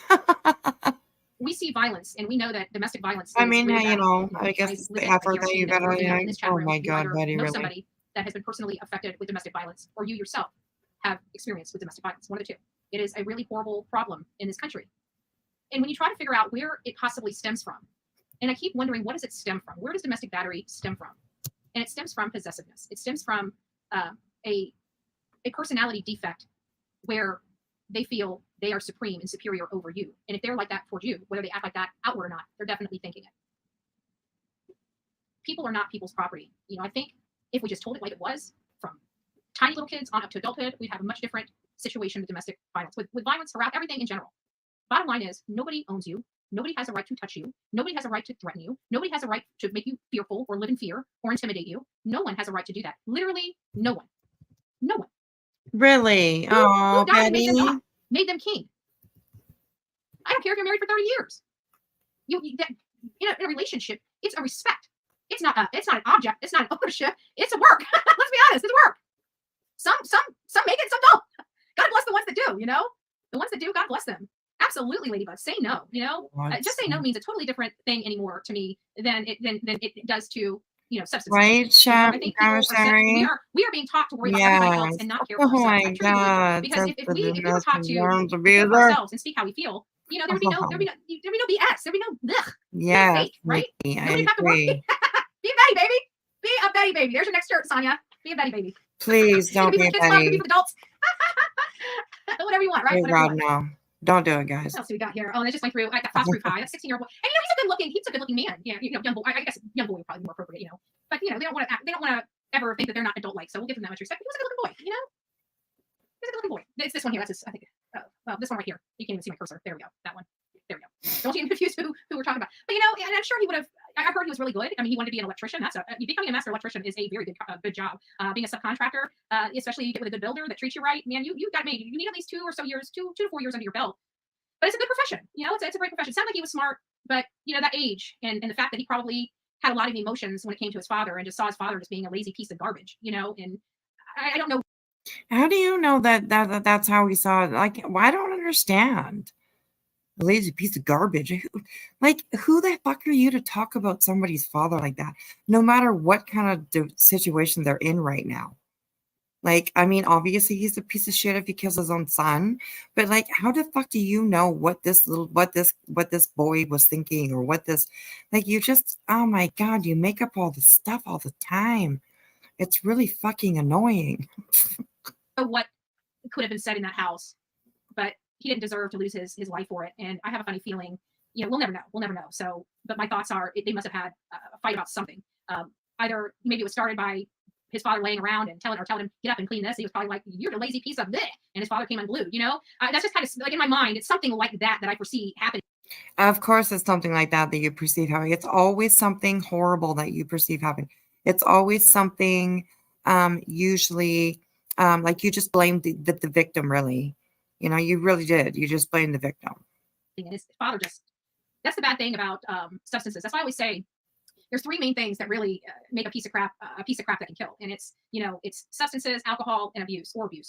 One or the other, a combination, all 3, but those, if you look at every situation that we ever deal with, it's usually one of those 3 things.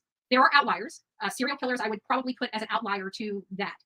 I think that their addiction, these are addictions that are kind of obvious. When it comes to their addiction is a little bit different, and it's very private, very private.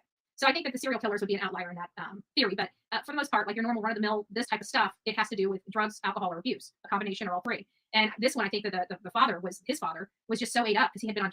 You got to remember, methamphetamines, it rots your teeth literally from the inside out. They're talking about his father being on that since he was about this kid's age.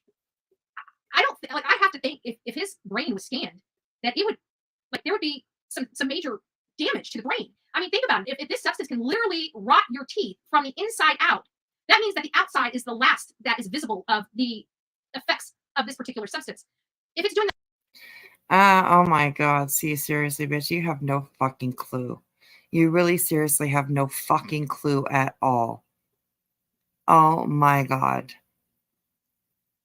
What she just said is just so absolutely fucking untrue. Meth just rots you. Period. There is very distinct signs when somebody is using meth.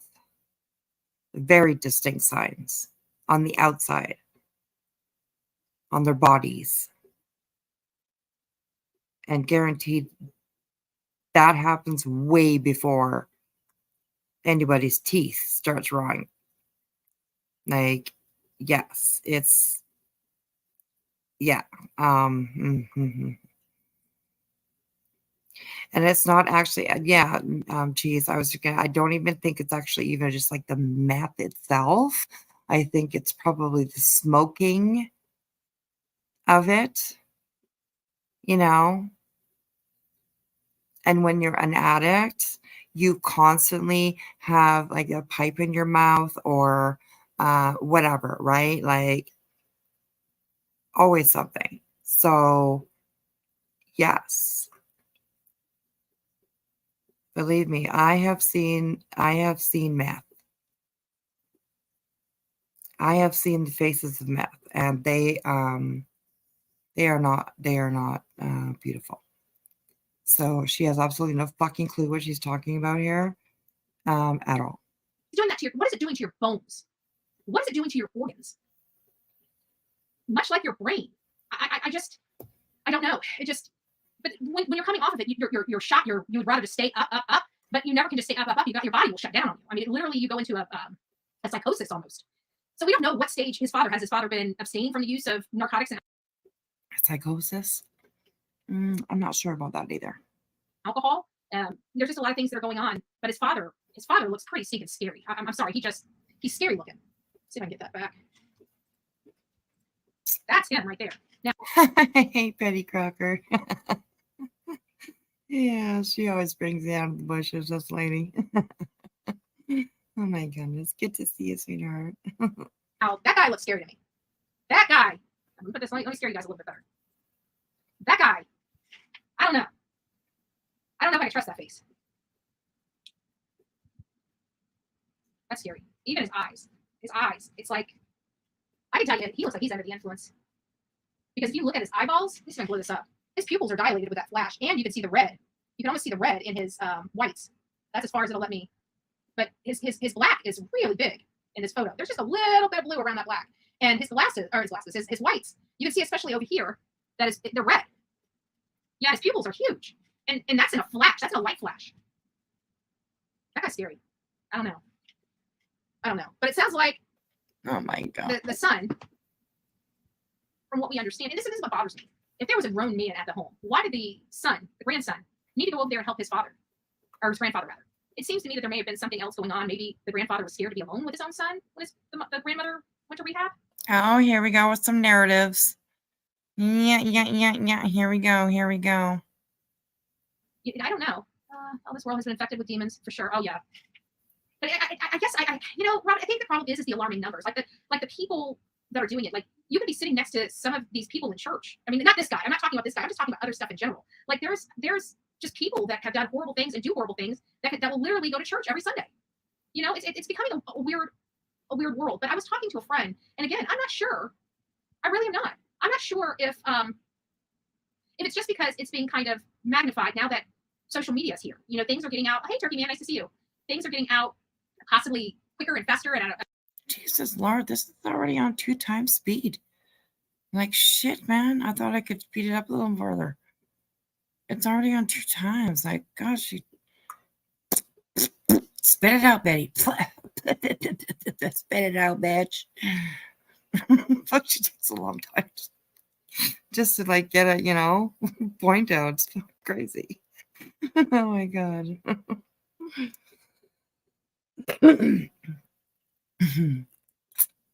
That's amazing, Jimmy, and congratulations. 3 years. Wow. That's incredible. That is incredible. And 30 pounds later, whatever. Who gives a shit? Whatever. Like you say, you're still here, so that's what matters. Absolutely. And we are glad. We are glad that you're here. Can I join you? Grandma, can you join me? Yeah, you can join me if you want. You can come on up. It's already 1 o'clock. So if you would like to, then do it now. I think the link is pinned. Yes, yes. The link is pinned. Come on up if you want to.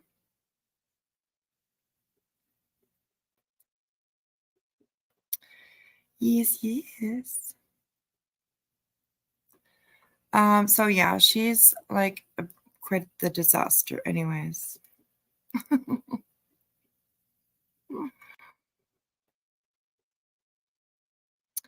Good night, Minnie V. Have yourself a great day, great night, whatever you're doing. A nice, good snuggle into a nice, comfy, warm bed if you're going to sleep. Yes, thanks for hanging out with me. Okay, we're almost through this one here, so yeah, let's get through it, guys. A larger rate because there's people like you guys that post stuff in your community on like Twitter and stuff. It's making it more accessible to a larger population. Is it possible that all this stuff, I mean, even the numbers that they're at today, is it possible that this could have been the numbers even 20, 30 years ago? It's just that we were so unaware because our news didn't travel as fast as it does today. I mean, it's a reasonable question. Somebody brought that up to me. They said, it's possible. I do believe in some respects that yes, this has been going on. Everything, from the kidnappings and the ST and SA and HT and all these alphabets, the alphabet soup of what we can say on YouTube, right? They did happen before. Is it maybe that it still always happened? It just wasn't acknowledged or acknowledged by as many people. Like we can literally. It's been happening for a long time, and it's been acknowledged by a lot of people, and we've been listening to it for years and years and years. Where have you been? I don't know, but I've been listening to it for years about all these alphabet soups. So. Literally go into any state, any county, any city, and have a story to cover. But unless you're specifically looking in that county or city, normally, most of us don't hear about it. Can you believe that even with all the hype around Quentin Simon's case, there were people that lived just streets over that had no clue that this child was missing, that a child was potentially dead, or that the mother allegedly is the one responsible? I doubt that. I think the whole neighborhood for quite a ways around knew about you guys yelling and screaming that there was a murderer living there. And yeah, I think they did know. I think they did know. Hello, Grandma. How are you? Can you hear me, honey? Hello, hello, hello. Hello, hello, hello. Oh, there you are. Hello. Hi. For some How are reason I was on mute. I'm okay. How are you? I'm all right. I'm doing all right. Yeah, don't you hate that question? Yeah, actually I do, because every day is not really very good for me. So but I say I'm all right. I'm one of those, right? He's like, Hillary, I'm like, Exactly. I'm fine. Yeah, me too. Yeah, you try to I'm hanging in there. Yeah, that's right. Exactly. Yeah, so I have a BHB meter that Okay. it's kind of like a radiation detector. Right. And I can Right. only take so much of her until it starts to go off, you know? Yeah, I get you. I get you. So Yeah, your I don't. radar went off? Oh God, a long time ago. Oh, there you go. Yeah, she was, all with her backpack and shit standing outside her car for 90 seconds. And then, Oh my God. yeah. That backpack. Holy shit. And she didn't even talk to the law enforcement or anything. No, she didn't. And she could have, because that one was still sitting there and it just started driving away when she put the camera on whatever behind her. Mm-hmm. And yeah, she had the chance to, but she didn't. And I think probably because they know her there very well, I'm sure. So, Oh yeah. Oh yeah. my If she gosh. grew up in that area. Mm-hmm. Yeah, right. Absolutely. Even just over the last few years, I'm sure she's probably been found out and studied by them herself. So they know what Exactly. to expect, right? Yeah, yeah. And that color, that wall color, oh, girl. I know. It drives me crazy. It It really if does. It's just not right. I have to look at her pink cat ears because if I look at the wall too long, it makes me nauseous. Yeah, I don't know. Nauseated, yeah. Oh, that color is just not good. Not good, not good. So, what else? Do you have any other juicy stuff for us? No, Oh, regular like okay. Murdaugh and Yes, that's kind of crazy. Yes, definitely. A little crazy for sure. So, yeah, I don't know what you covered, but because you'd already been on for an hour by the time I woke back up.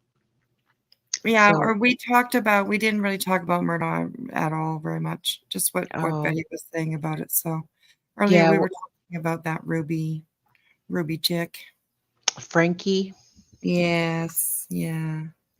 Oh, thank you, Sav. Oh, That is just like Australia. craziness. Yeah, well, and she was talking before the press conference, so she didn't know what was going on or whatever. But Yeah. that beautiful lawyer we all want to know, Peter Trago. Yes. Yes, evidently he believes that these are grounds for a retrial. Oh, really? Yeah, Wow. because the clerk of court, who's elected, Mm-hmm. was having conversations with jurors, and right before Alec was supposed to take the stand, she told them, "Don't be fooled by him. Watch his body language." What? Yeah, so that right there is jury tampering. Yes. Oh my goodness. Yeah. Wow. And from a court clerk too. Exactly. Yeah, but the grand thing, how Betty was saying, "Oh, this is a big publicity stunt," right? Because Buster just Mhm. had his interview. I haven't Right. seen it, but what's her name? Karen Hill, the court clerk, Uh-huh. wrote a book. It came out, I think it was this week or maybe late last week. But she wrote a book about this. Oh my goodness. Yeah. Wow, that is kind of crazy. Yeah, I was reading the Amazon book description to Queen Mm-hmm. earlier, and people, what's it called? Behind the Doors of Justice. Yeah. Oh, and I can't type. This looks French. Begin des deals. Oh my god. Oh, Running Becky. Bear says, was it done intentionally? My guess is she got paid big money. You think so, Running Bear? Okay. Yeah, that whole county.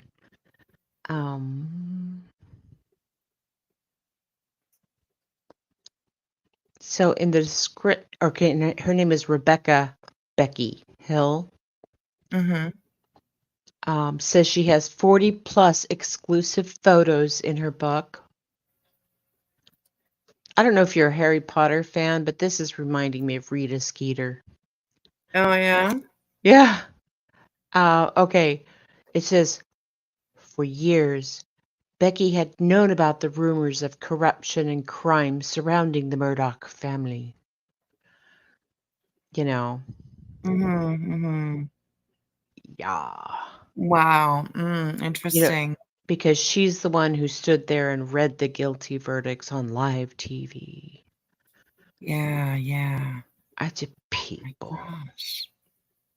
Wow, that's crazy. It is. I get now why Betty kind of, I didn't quite understand that, but publicity stunt.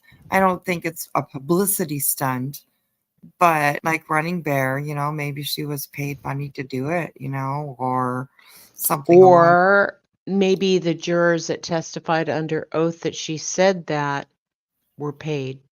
Right. Yeah, that's true too. That's true too. Yeah, because Jim Griffith was saying that, and the jurors didn't want to talk to them. They'd heard like rumors that, there was maybe some tampering and all that. And we heard that last year, but Yeah, yeah. nobody could pin anything down. But so the new evidence they have are these statements. But they said that when they were trying to track down the rumors and getting a hold of the jurors, nobody would talk to them.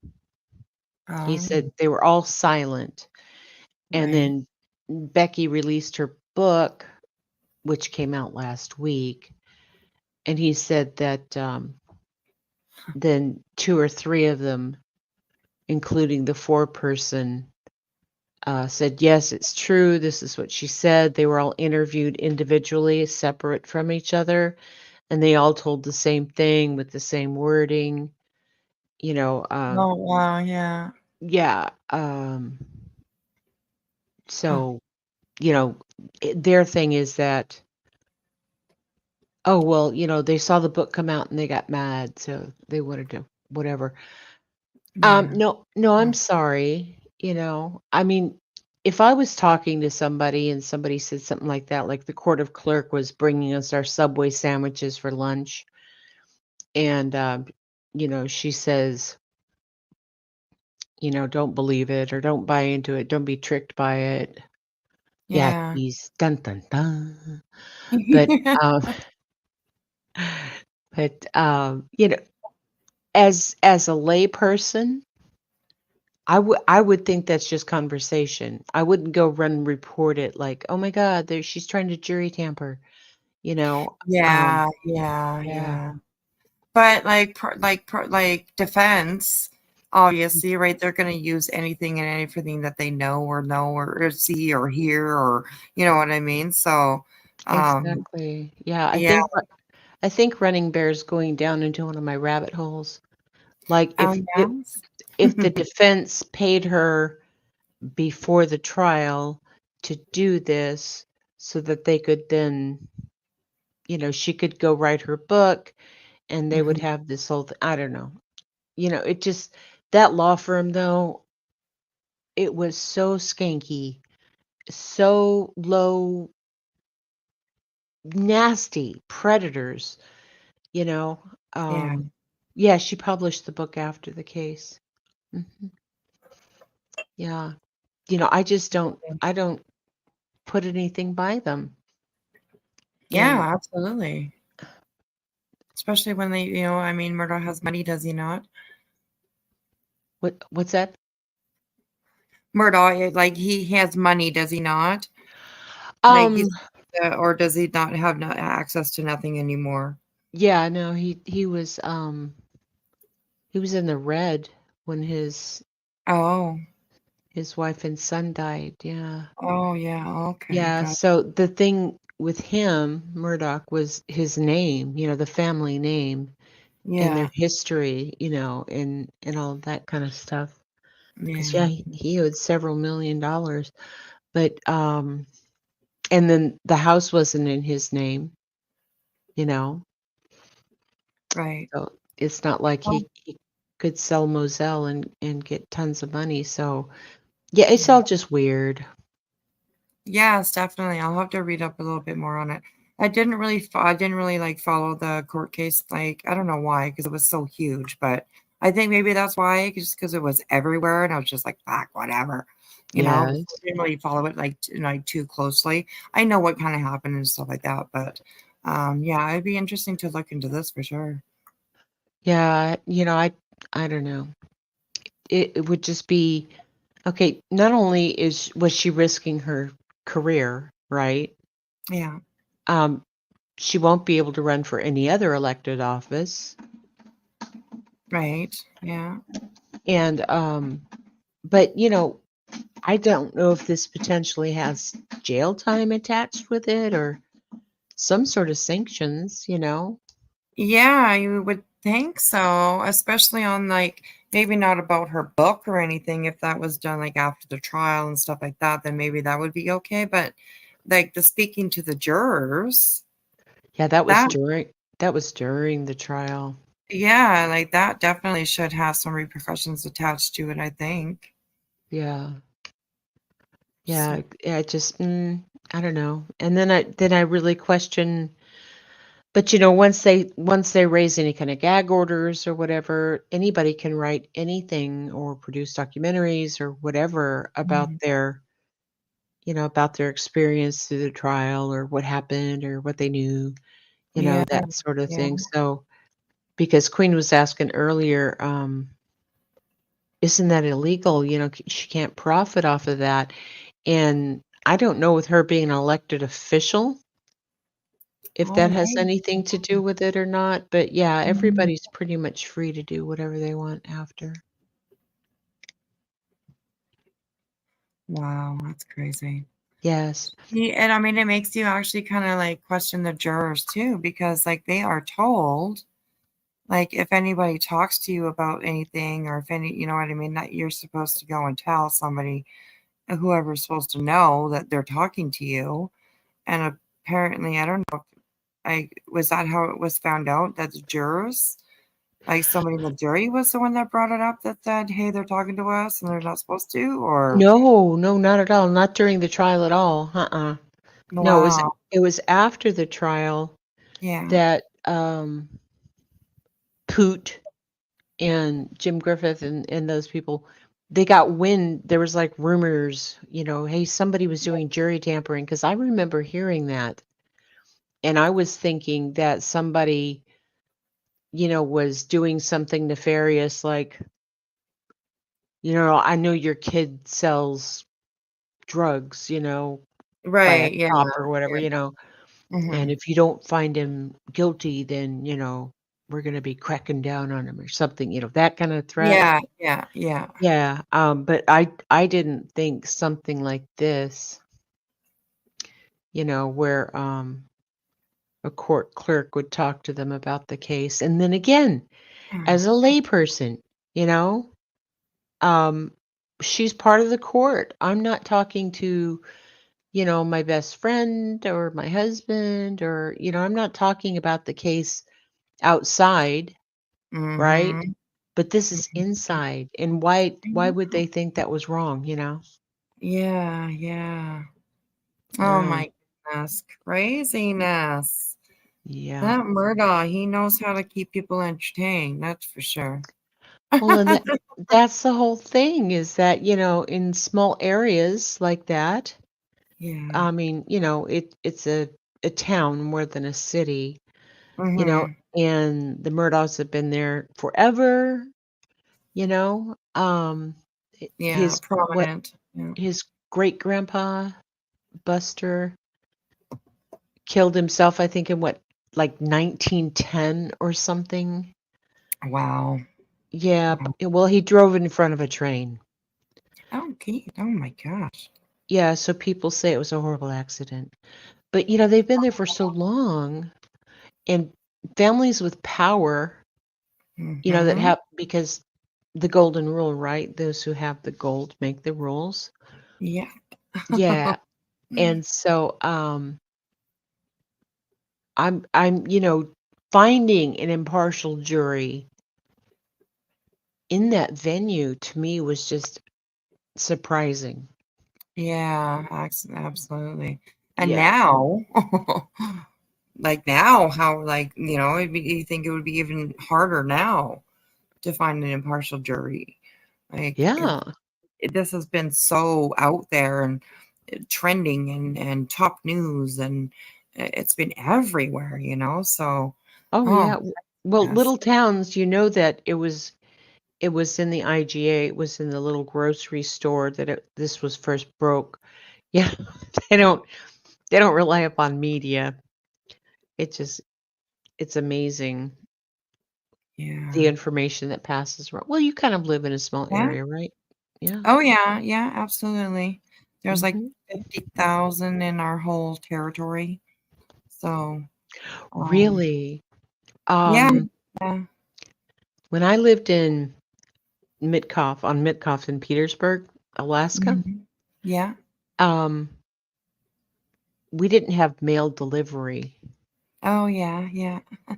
Everybody had to go down to the post office to pick up their mail. They pick up their mail. Yeah. Uh-huh. Wow. See. Yes. That's crazy. Yeah, we're a small place, so word gets around just by mouth, right? We hear Oh my gosh. Yep. like before, like I mean, of course, where I am, before it even hits the news, you know, half the Mhm. half the town already knows, you know. So yeah, it's pretty crazy, pretty crazy. Yeah, it was well, when I was in Alaska, it was pre-cell phones, and Yeah. you only had to dial 4 numbers, when you were making a call on the island. Wow, that's crazy. Yeah, and Yeah. but anyway, yeah, people would know way even before 911 was on the way or whatever. Yeah, yeah, absolutely. Because either Yeah. they're sitting there and they're listening to the scanner, or Yeah. Yeah. somebody called them. That's right. Yeah. Yeah. Or they're just they happen to be on the scene, or they have, you know what I mean? They flip their phone on nowadays, and like, people stream stuff, people, like all kinds of stuff. So I'm sure the media has quite the chore nowadays just to keep up with everybody in their phones. Yeah, it's oh my goodness. Oh my goodness. Yeah. Crazy, crazy. Amethyst Wolf, hello, how are you? Good to see you. Hi, Amethyst. I wonder why the jurors didn't speak up when it happened. Surely they knew it wasn't right. Yeah, that's what I was just saying. It makes you like question the jurors' ethics too, right? Because they're always, I mean, everybody knows every juror is told, if somebody starts talking to you about it, like, don't talk to them and just go and tell somebody or whatever, and they'll deal with it, right? They'll either ban that person, or they'll just warn them, first of all, don't be talking to anybody about, blah, blah, blah, or whatever. Or if they keep doing it, then they'll get their ass kicked out, right? But Well, it's, right. and who do they report that to? Well, I think they're supposed to report it to the judge, aren't they? Or the court clerk. The court clerk is the one talking to them. Yeah, no, well, obviously here the court clerk is very hands-on. Normally it's just bailiffs. Yeah. But yeah, so the court clerk was the one who was saying that to them, and if they thought, "Oh, that's wrong," they they could find ways to get a message to the judge, but protocol says you got to go through the court clerk in Yeah. order. Yeah. Yeah. Oh my goodness, eh? I never know. Maybe it wasn't very well planned out setup, or you know what I mean? Like somebody paid somebody money or something. Who knows? I'm sure it always comes out what happens, right? But Yeah, Cheese sounds like a interesting. John Grisham book. Yes, it Yeah, does. right. Yeah, exactly. I was just sitting here thinking, we could write a story inspired by, Yeah, there you go. Yeah. Hello, Scissors. How are you? She says, but she is the clerk. She is the clerk, and they assumed it was okay since she's the one who's in charge. Exactly. Exactly, right? So why would they question it, for sure? Yeah. Yeah, it's crazy, crazy. Hello, Wave. Good Hey, Wave. morning. How are ya? Hey, Wave. Is it morning? Is it morning where you guys are? Or I know it's like 1:30 for you. It's 4:30 for me. Yeah. Oh my goodness, 4:30, girl. My lordy. Yeah. Oh my goodness. Yeah, I think it is morning for Wave. She usually comes 9:30 a.m. for her. She usually comes in and has her like first coffee with us. And Oh, So yeah. my goodness. Yeah. Yes. But she's across the pond. Yeah. Yeah. Absolutely. Yeah. And Amethyst must be Central Time. It's 3:30 a.m. for Amethyst. 127 in Sin City. 3:27, yeah. For Running Bear. 127 in Sin City. Yes. Nikki, it's 9:27 there. I believe she's in Ireland. Yeah. Didn't get coffee. Pups in mental mode. Oh no. Oh my What? goodness. Well, would you look at this? You have viewers from Australia, you have viewers from Yes. Ireland and the UK. You're world famous. I am, eh? There we Yeah. go. You're There world we go. famous. Hey, We usually Bama. have Australia in here. Australia should be here, I think. Yes, Get Sab. Sab, right? Yeah, Sab should be still here. Didn't I say Australia? Oh, you might have. I'm not sure. I don't know. I Are you feel as high as me or what? all the time. All the time. Okay. Yeah, I'm constantly morning till night. Yeah, we're weed smokers constantly. Hi, Gina Diamond. How are you, sweetheart? I think Gina's been here listening. Oh, Oh. Nikki is in London. Yeah, Nikki, you said earlier that it was going to be like 100 degrees in London. And, that was poo sticks in my brain because I'm sorry, baby. But I do acknowledge that you told me that earlier. You're in London. Yes. No. I can't any updates on this killer on the loose. You looked everywhere. No updates in yet, eh, Gina? My goodness. Gina Nope. said that that guy is only, what'd you say, Gina, an hour away from you? Yeah. Crazy, crazy. I'll be locking the doors and the windows. Hell yeah. Closing Well, the I lived in Los Angeles County when the Charles Manson murders were happening. Right? Oh, really? Yeah. Wow. Yes, yes. Wow. I mean, I was a child, but still, yeah. Yeah. Yeah. Yeah, but so that happened during the summertime. It's like August, and we didn't have air conditioning at the time. Right. That was before the global warming, and California was just 72 every day. Yeah. But anyway, so my mom was so freaked out that she locked all the doors and windows, which without air conditioning, you rely on the windows and everything so that you get any kind of cool air or breeze from outside. Yes, absolutely. Yeah, no, 100 in London is not normal. That is like freakishly hot. Yeah, especially for London because they are not extremely hot place, that's for sure. I Well, think they get more rainy days than they do sunny ones. most of the places don't even have AC, including hotels. I remember. Oh, I can't think of her name. I can see her face, but it was Hugh Grant and some famous actress that he was with were staying in London at a hotel during the heat wave. Yeah. The last, whatever that was, years ago. But I was watching E.T. or Inside Edition or some sort of brain fluff, and they showed him and this lady out on the balcony. Of course, people go, "Oh my God, Hugh Grant!" But yeah, they were saying, "Yeah, there's no air conditioning in here, and it's too hot."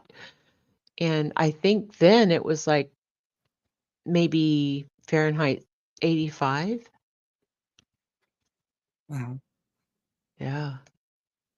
Huh. Oh, wait, we have a lot of our little food shops. They're not like yours. Obviously, everything here looks like a grocery store, but they have these walk-in rooms that are air conditioned for the beer here. Yeah. Yeah, say want to cool down here, you go to the freezer section of the food shop. No joke. Yeah. No, Yeah, I that's totally understand it. Yeah. yeah, it's like it's almost the same as like and they when places that don't usually experience winter get winter, right? Mhm. Like same sort of thing. Like there's cars in the ditches, they're slipping all over the roads, and because they're just not prepared for something like that because it's not typical, So it's all these Yeah. that are getting warm and getting hot. It's Yeah, it's going wonky. mhm. Yeah. I don't want to keep you, sweetheart. Did you want to go to bed? I am gonna call it here pretty soon. Yeah, for sure. I'm gonna get rid of this awfully looking woman on here first for a minute though. Yeah. Pause game on point. Yeah. Yes. But yeah, I'm gonna probably be live again tomorrow night. Yay. I'm gonna try to get a day live in here pretty soon, but they're hard to do because Well, you don't like to step on anybody, if yeah, they're that too, live, right? and Like it's absolutely. yeah, that's That's a big part of it. That's why I kind of picked late at night because usually by that time there's not too many people that are on. So yeah, not too many people live. yeah, so And I like you being the late night one. yeah, well, you're late night here, but like on the Pacific Coast, uh, Yeah, you're it's not not. yeah, exactly, right? So and then I'm early morning for the ones that are like just getting up that are on the East Coast when we go, till this late at night. And for overseas, we're usually around at dinner time. So Right? so yeah, it all works out really good. Yes. I'm actually really, really proud of all my lives that are going on lately because I'm starting to get like all my regulars that are coming in every night that I see, which makes me so proud and so thankful for them. And yeah, it's nice. I'm really enjoying the lives. I That's absolutely good. Yeah, I need to go live more. I think I have like 850 hours I need oh my and goodness. 30 subscribers Oh my goodness. for Well, me to. maybe one of these nights here we'll do a Grandma Sherry promotion party or something, and we'll get you up there. Oh yeah, yeah, no, I'm not worried about it. Not worried at all because We're gonna I get there. I wanted my channel to grow organically, Yes. slowly, and then Yeah. then all of a sudden, like, Queen did a live with my information and Deeds did, and then Down the Rabbit Hole News, you know, mentioned it on her stream, and they dropped my link and whatnot. Right. And Yeah. yeah, I probably got like, I don't know, almost 200 subscribers Wow. just off of that. Yeah. And Yeah. I'm really kind of hoping that people are going, "Oh, I didn't know Grandma Sherry had a channel and subscribed." You know? Yes. Yeah. Yeah. Yeah, because I don't want people bringing in that street trash stuff. Yes. Yeah.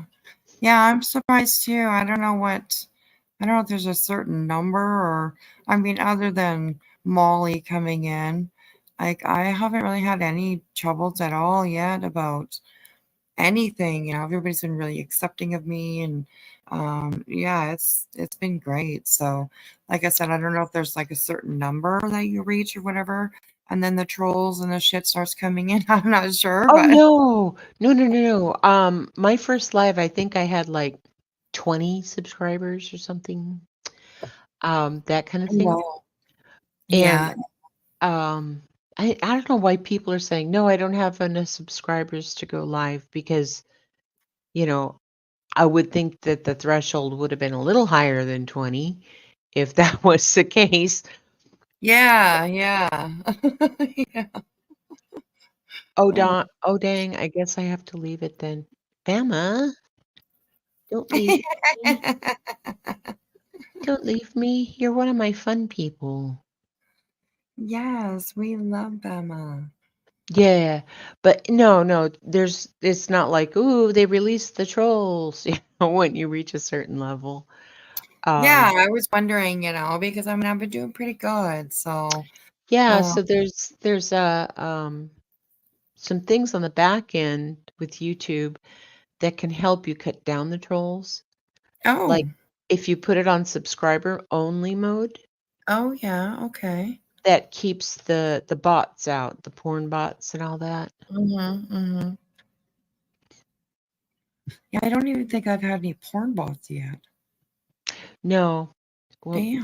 they've kind of been cracked down on. That was a big thing about 9 months ago. Yes, it was. They were everywhere. My goodness. But Yeah. I mean, what can you do but just make a joke out of it, right? I mean, I don't know. Yeah. No, Not much. exactly. I mean, I've had trolls come in and try to start stuff, but I just talk to them, tell them Yeah, grandma hugs and you're in the right place and yeah, all of yeah. that. One of my trolls actually subbed and is quite nice in chat. Right on. Nice. Awesome. There you go. There you go. Yeah. Emma says I'm straight truth. I'm straight street trash. Gosh. I had a hard time saying that. I don't know why. She says, just kidding, just kidding. My goodness. That's okay. We accept that here too. Well, You're yeah, I have a different presentation outside than what I am inside. Yes, yeah. Yeah, so like I've heard people lately say, okay, so, you know, my my humor is 12, my brain thinks I'm 28 and my body is, however old, right? Oh But my yeah. Oh, um yeah. Dina, yeah, you got copyright on your intro or something. Yeah, if you go, it will tell you what it was for. If you go into your studio, it will have like a little notification closer near to the top on your dashboard, and it'll tell you that you got that copyright. And if you click on that, where it says details or information or whatever, it'll tell you what it was for and exactly like the song, or sometimes it's a clip that you play from a different channel that they claim copyright or whatever. And so yeah, it's easy to fix though.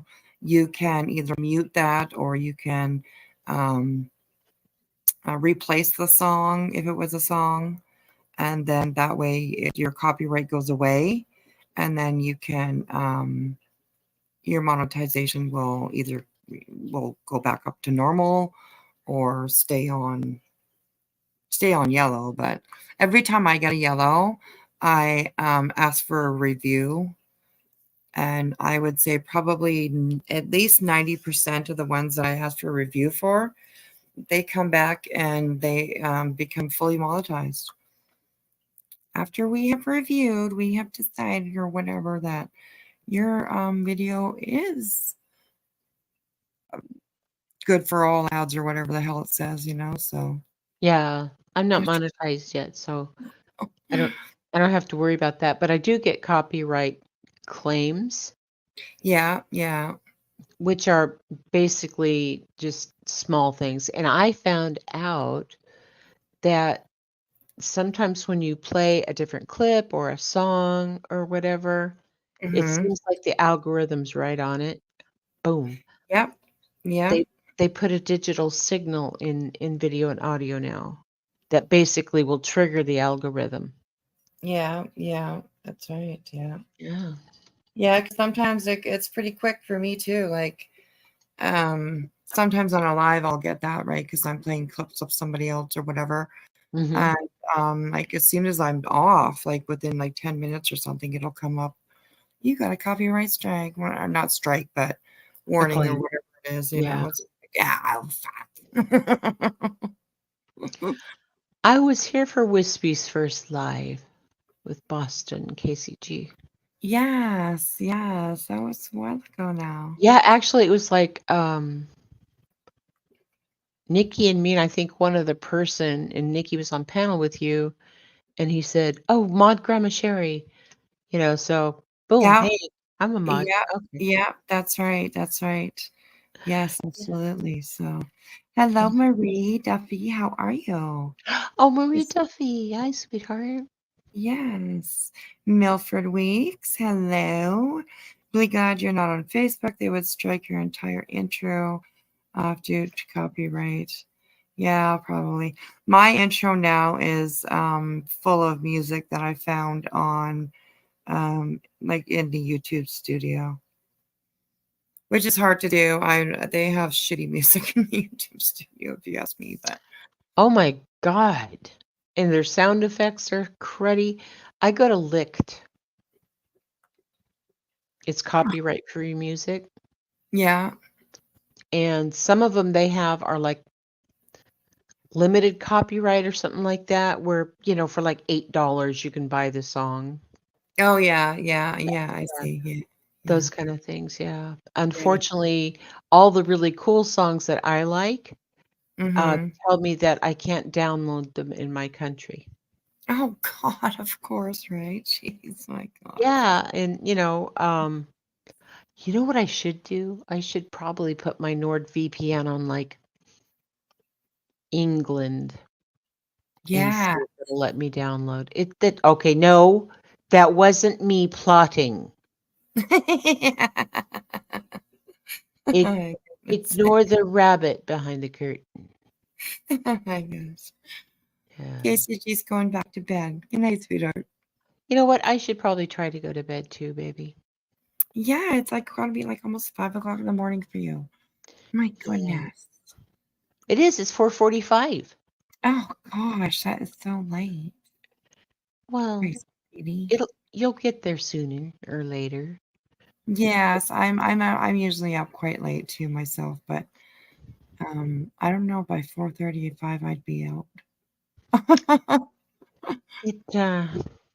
I fall asleep like sitting on my couch lots of times when like on the weeknights or on the weekends when my husband's home.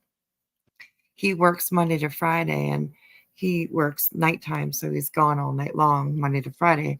But on the weekends, he's home, of course, on Saturday and Sundays. And his schedule is different, right? So he can still he still wants to stay up till 4:35, 6 o'clock in the morning, because that's what his schedule usually is, right? But my gosh, like a lot of times if I'm not online, I mean by 10 o'clock at night, I'm my head's bobbing on the couch and I'm ready to go to bed, so Aw. but if I'm online, then I I keep occupied and I keep talking to everybody and yeah, I love it. I'd rather be online than sleeping. So I know. I've come right? on live a couple times, just to see who's up and just to be around people that I like, because Yeah, exactly. you see a lot of the names that you're familiar with, and it just makes you smile, makes your heart happy. Yes, it does for sure. Hello, Tina. How are you? 3:45 a.m. there. Oh my goodness. Are you just getting up or are you just going to bed? That's like the little bit of an hour where people could still be, just getting up, getting ready to go to work, or they'd be at work at 5 or something. Yeah. If I was getting up now and I had to be to work at 5, yeah, that would be bad. Unless I unless Yeah. I worked very close to where I live. But still, that's still like, Yeah. or to get up after only a couple hours sleep or something. It's Yeah, always that's hard. why I worry about Nikki. Because, he's on here late with you, and I know he's a grown man, but Yes. it's dude has to work, Yes, yeah, that's right. I And think he has given himself a bedtime, though. yeah, that's good. He has given himself a bedtime, so that it absolutely, yeah, that is good. That Yeah. he's started because he's getting up every morning and going to the office now instead of working from home. So Yeah. yeah, and he likes it. So I think he wants to put have the a little bit extra sleep, so he has good days at the office, I guess. Yeah. Yeah. Well, and when you work at home, you can sleep or go on panel or do whatever, Yeah, that's right. Yeah. so, but, yeah. So I'm glad he's setting a bedtime and whatever, because Yeah, yeah, absolutely. I that, think he's off by 1 a.m., I think is what it was. oh, okay. Or no, it must be earlier than that. Midnight, maybe. I don't know. I can't remember something anyways, but he's always off by the same time, certain time every night. So, Well, which is that's good. good. Yeah. Yeah. He learned from his mentor, B. Tim. Yeah, there you go. That's right. Yes. B. Oh, Tim has a really, really stringent sleep schedule, his sleep yeah. hygiene. He Yeah. needs his beauty sleep, eh? Mm-hmm. Oh my goodness, my goodness. Alrighty, everybody, it's almost 2 a.m. So let me find a nice little fire pit for us to um finish off with. Because we always like that. We always like that. I'm always looking for new ones, different ones. Because we like to move around the forest. Oh, my channel's in a forest too. Yes? Yes. Awesome. Yes, that's where the burrow is located. Oh, yes. Yes, of course. Yeah. I have a playlist of campfires. Really? Yeah, I just made a playlist. Well, that's kind of cool. Yeah, so I can just go to it and find the ones that I find really quickly. But I don't know where it's doing that. What's it doing?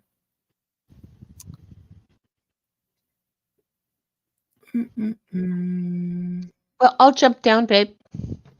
All righty. Thank you so much for coming up. I really appreciate it, sweetheart. Thank you for letting me. Yes, it's good talking to Yes, you. of course. You're always welcome. Always welcome. Okay, bye. All right. Good night, sweetheart. Good night. Bye. Oh, love her. She's so amazing. She is such an amazing person. She really is. Okay, so it's something a little different tonight, but still peaceful. I do believe. So this says that this is good for relieving PTSD, insomnia, and tinnitus. So let's bring this a little babe up here. And we will, hang on a second.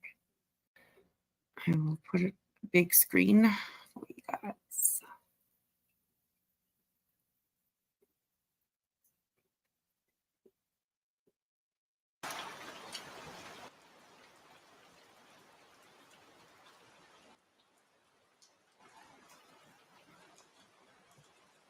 Alrighty, there we go. Look at that. Did it go big for you guys?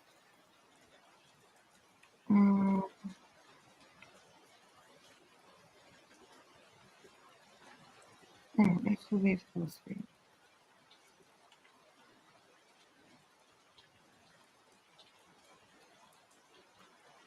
Alrighty, there we go. A little rainy night. A little rainy night. I love the sound of the rain. Oh, I really do. It is a beautiful, yes, cabin in the woods vibe. Absolutely. Absolutely.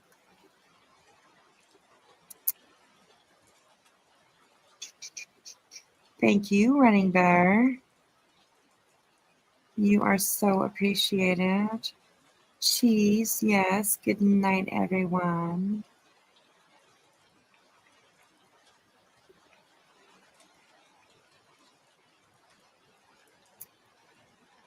Do, do, do. I appreciate everybody coming in. If you are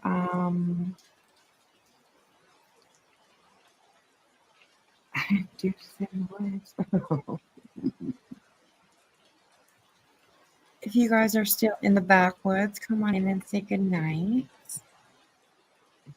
I love hearing from you guys. Absolutely, absolutely. I am not sure what we'll talk about tomorrow, but I'm sure we'll figure out something. Something on these streets. I have some Molly stuff. She was doing like calls to guys again. I have that recorded. I have some of it recorded. So maybe we could talk about that twit face, and maybe she'll come and chat again. Which is not, nothing I'm striving for, but it's always kind of funny. So, yes. But I'm sure we'll figure out something. Laura, too. I wanted to do a little. It's been a little while. I've been hanging on to the video, and it's been like 2 weeks now or whatever since she did the live that I wanted to talk about. But I mean, whatever. They're always fun to talk about, right? So, yes, they are. They are. All right, everybody. I am going to skedaddle out of here. Thank you so much, Grandma Sherry, for coming up. I really appreciate it. I love talking to you. You're just so soft and you're so sweet. You're so soft and you're so sweet. Also, thank you to Alpha24 for the $10 super chat. Amazing. I love it. Thank you. And Spudler for being a member for 2 months. Yay! I love that. Starry Night. Good night, sweetheart. Thank you for being here. Tina Diamond. Tina, I'm sorry that we're taking off so soon after you got here, but we're usually on late, but yeah. I hope that you have a better day. Breathe, deep breaths. Something to focus on. Do you do that? Do you have like a focal point for when your anxiety kicks up a little bit? I hope so. I hope so. Running Bear runs with scissors. I love you guys. I love you guys. Nikki, thank you so much, sweetheart. I always love seeing you. Yes. Alrighty, guys, I'm going to put myself out of here. And thank you for hanging out with me tonight. I really appreciate it. And we'll see you soon. Be careful on those streets. Never walk alone. It's rough out there, you guys. It's rough out there.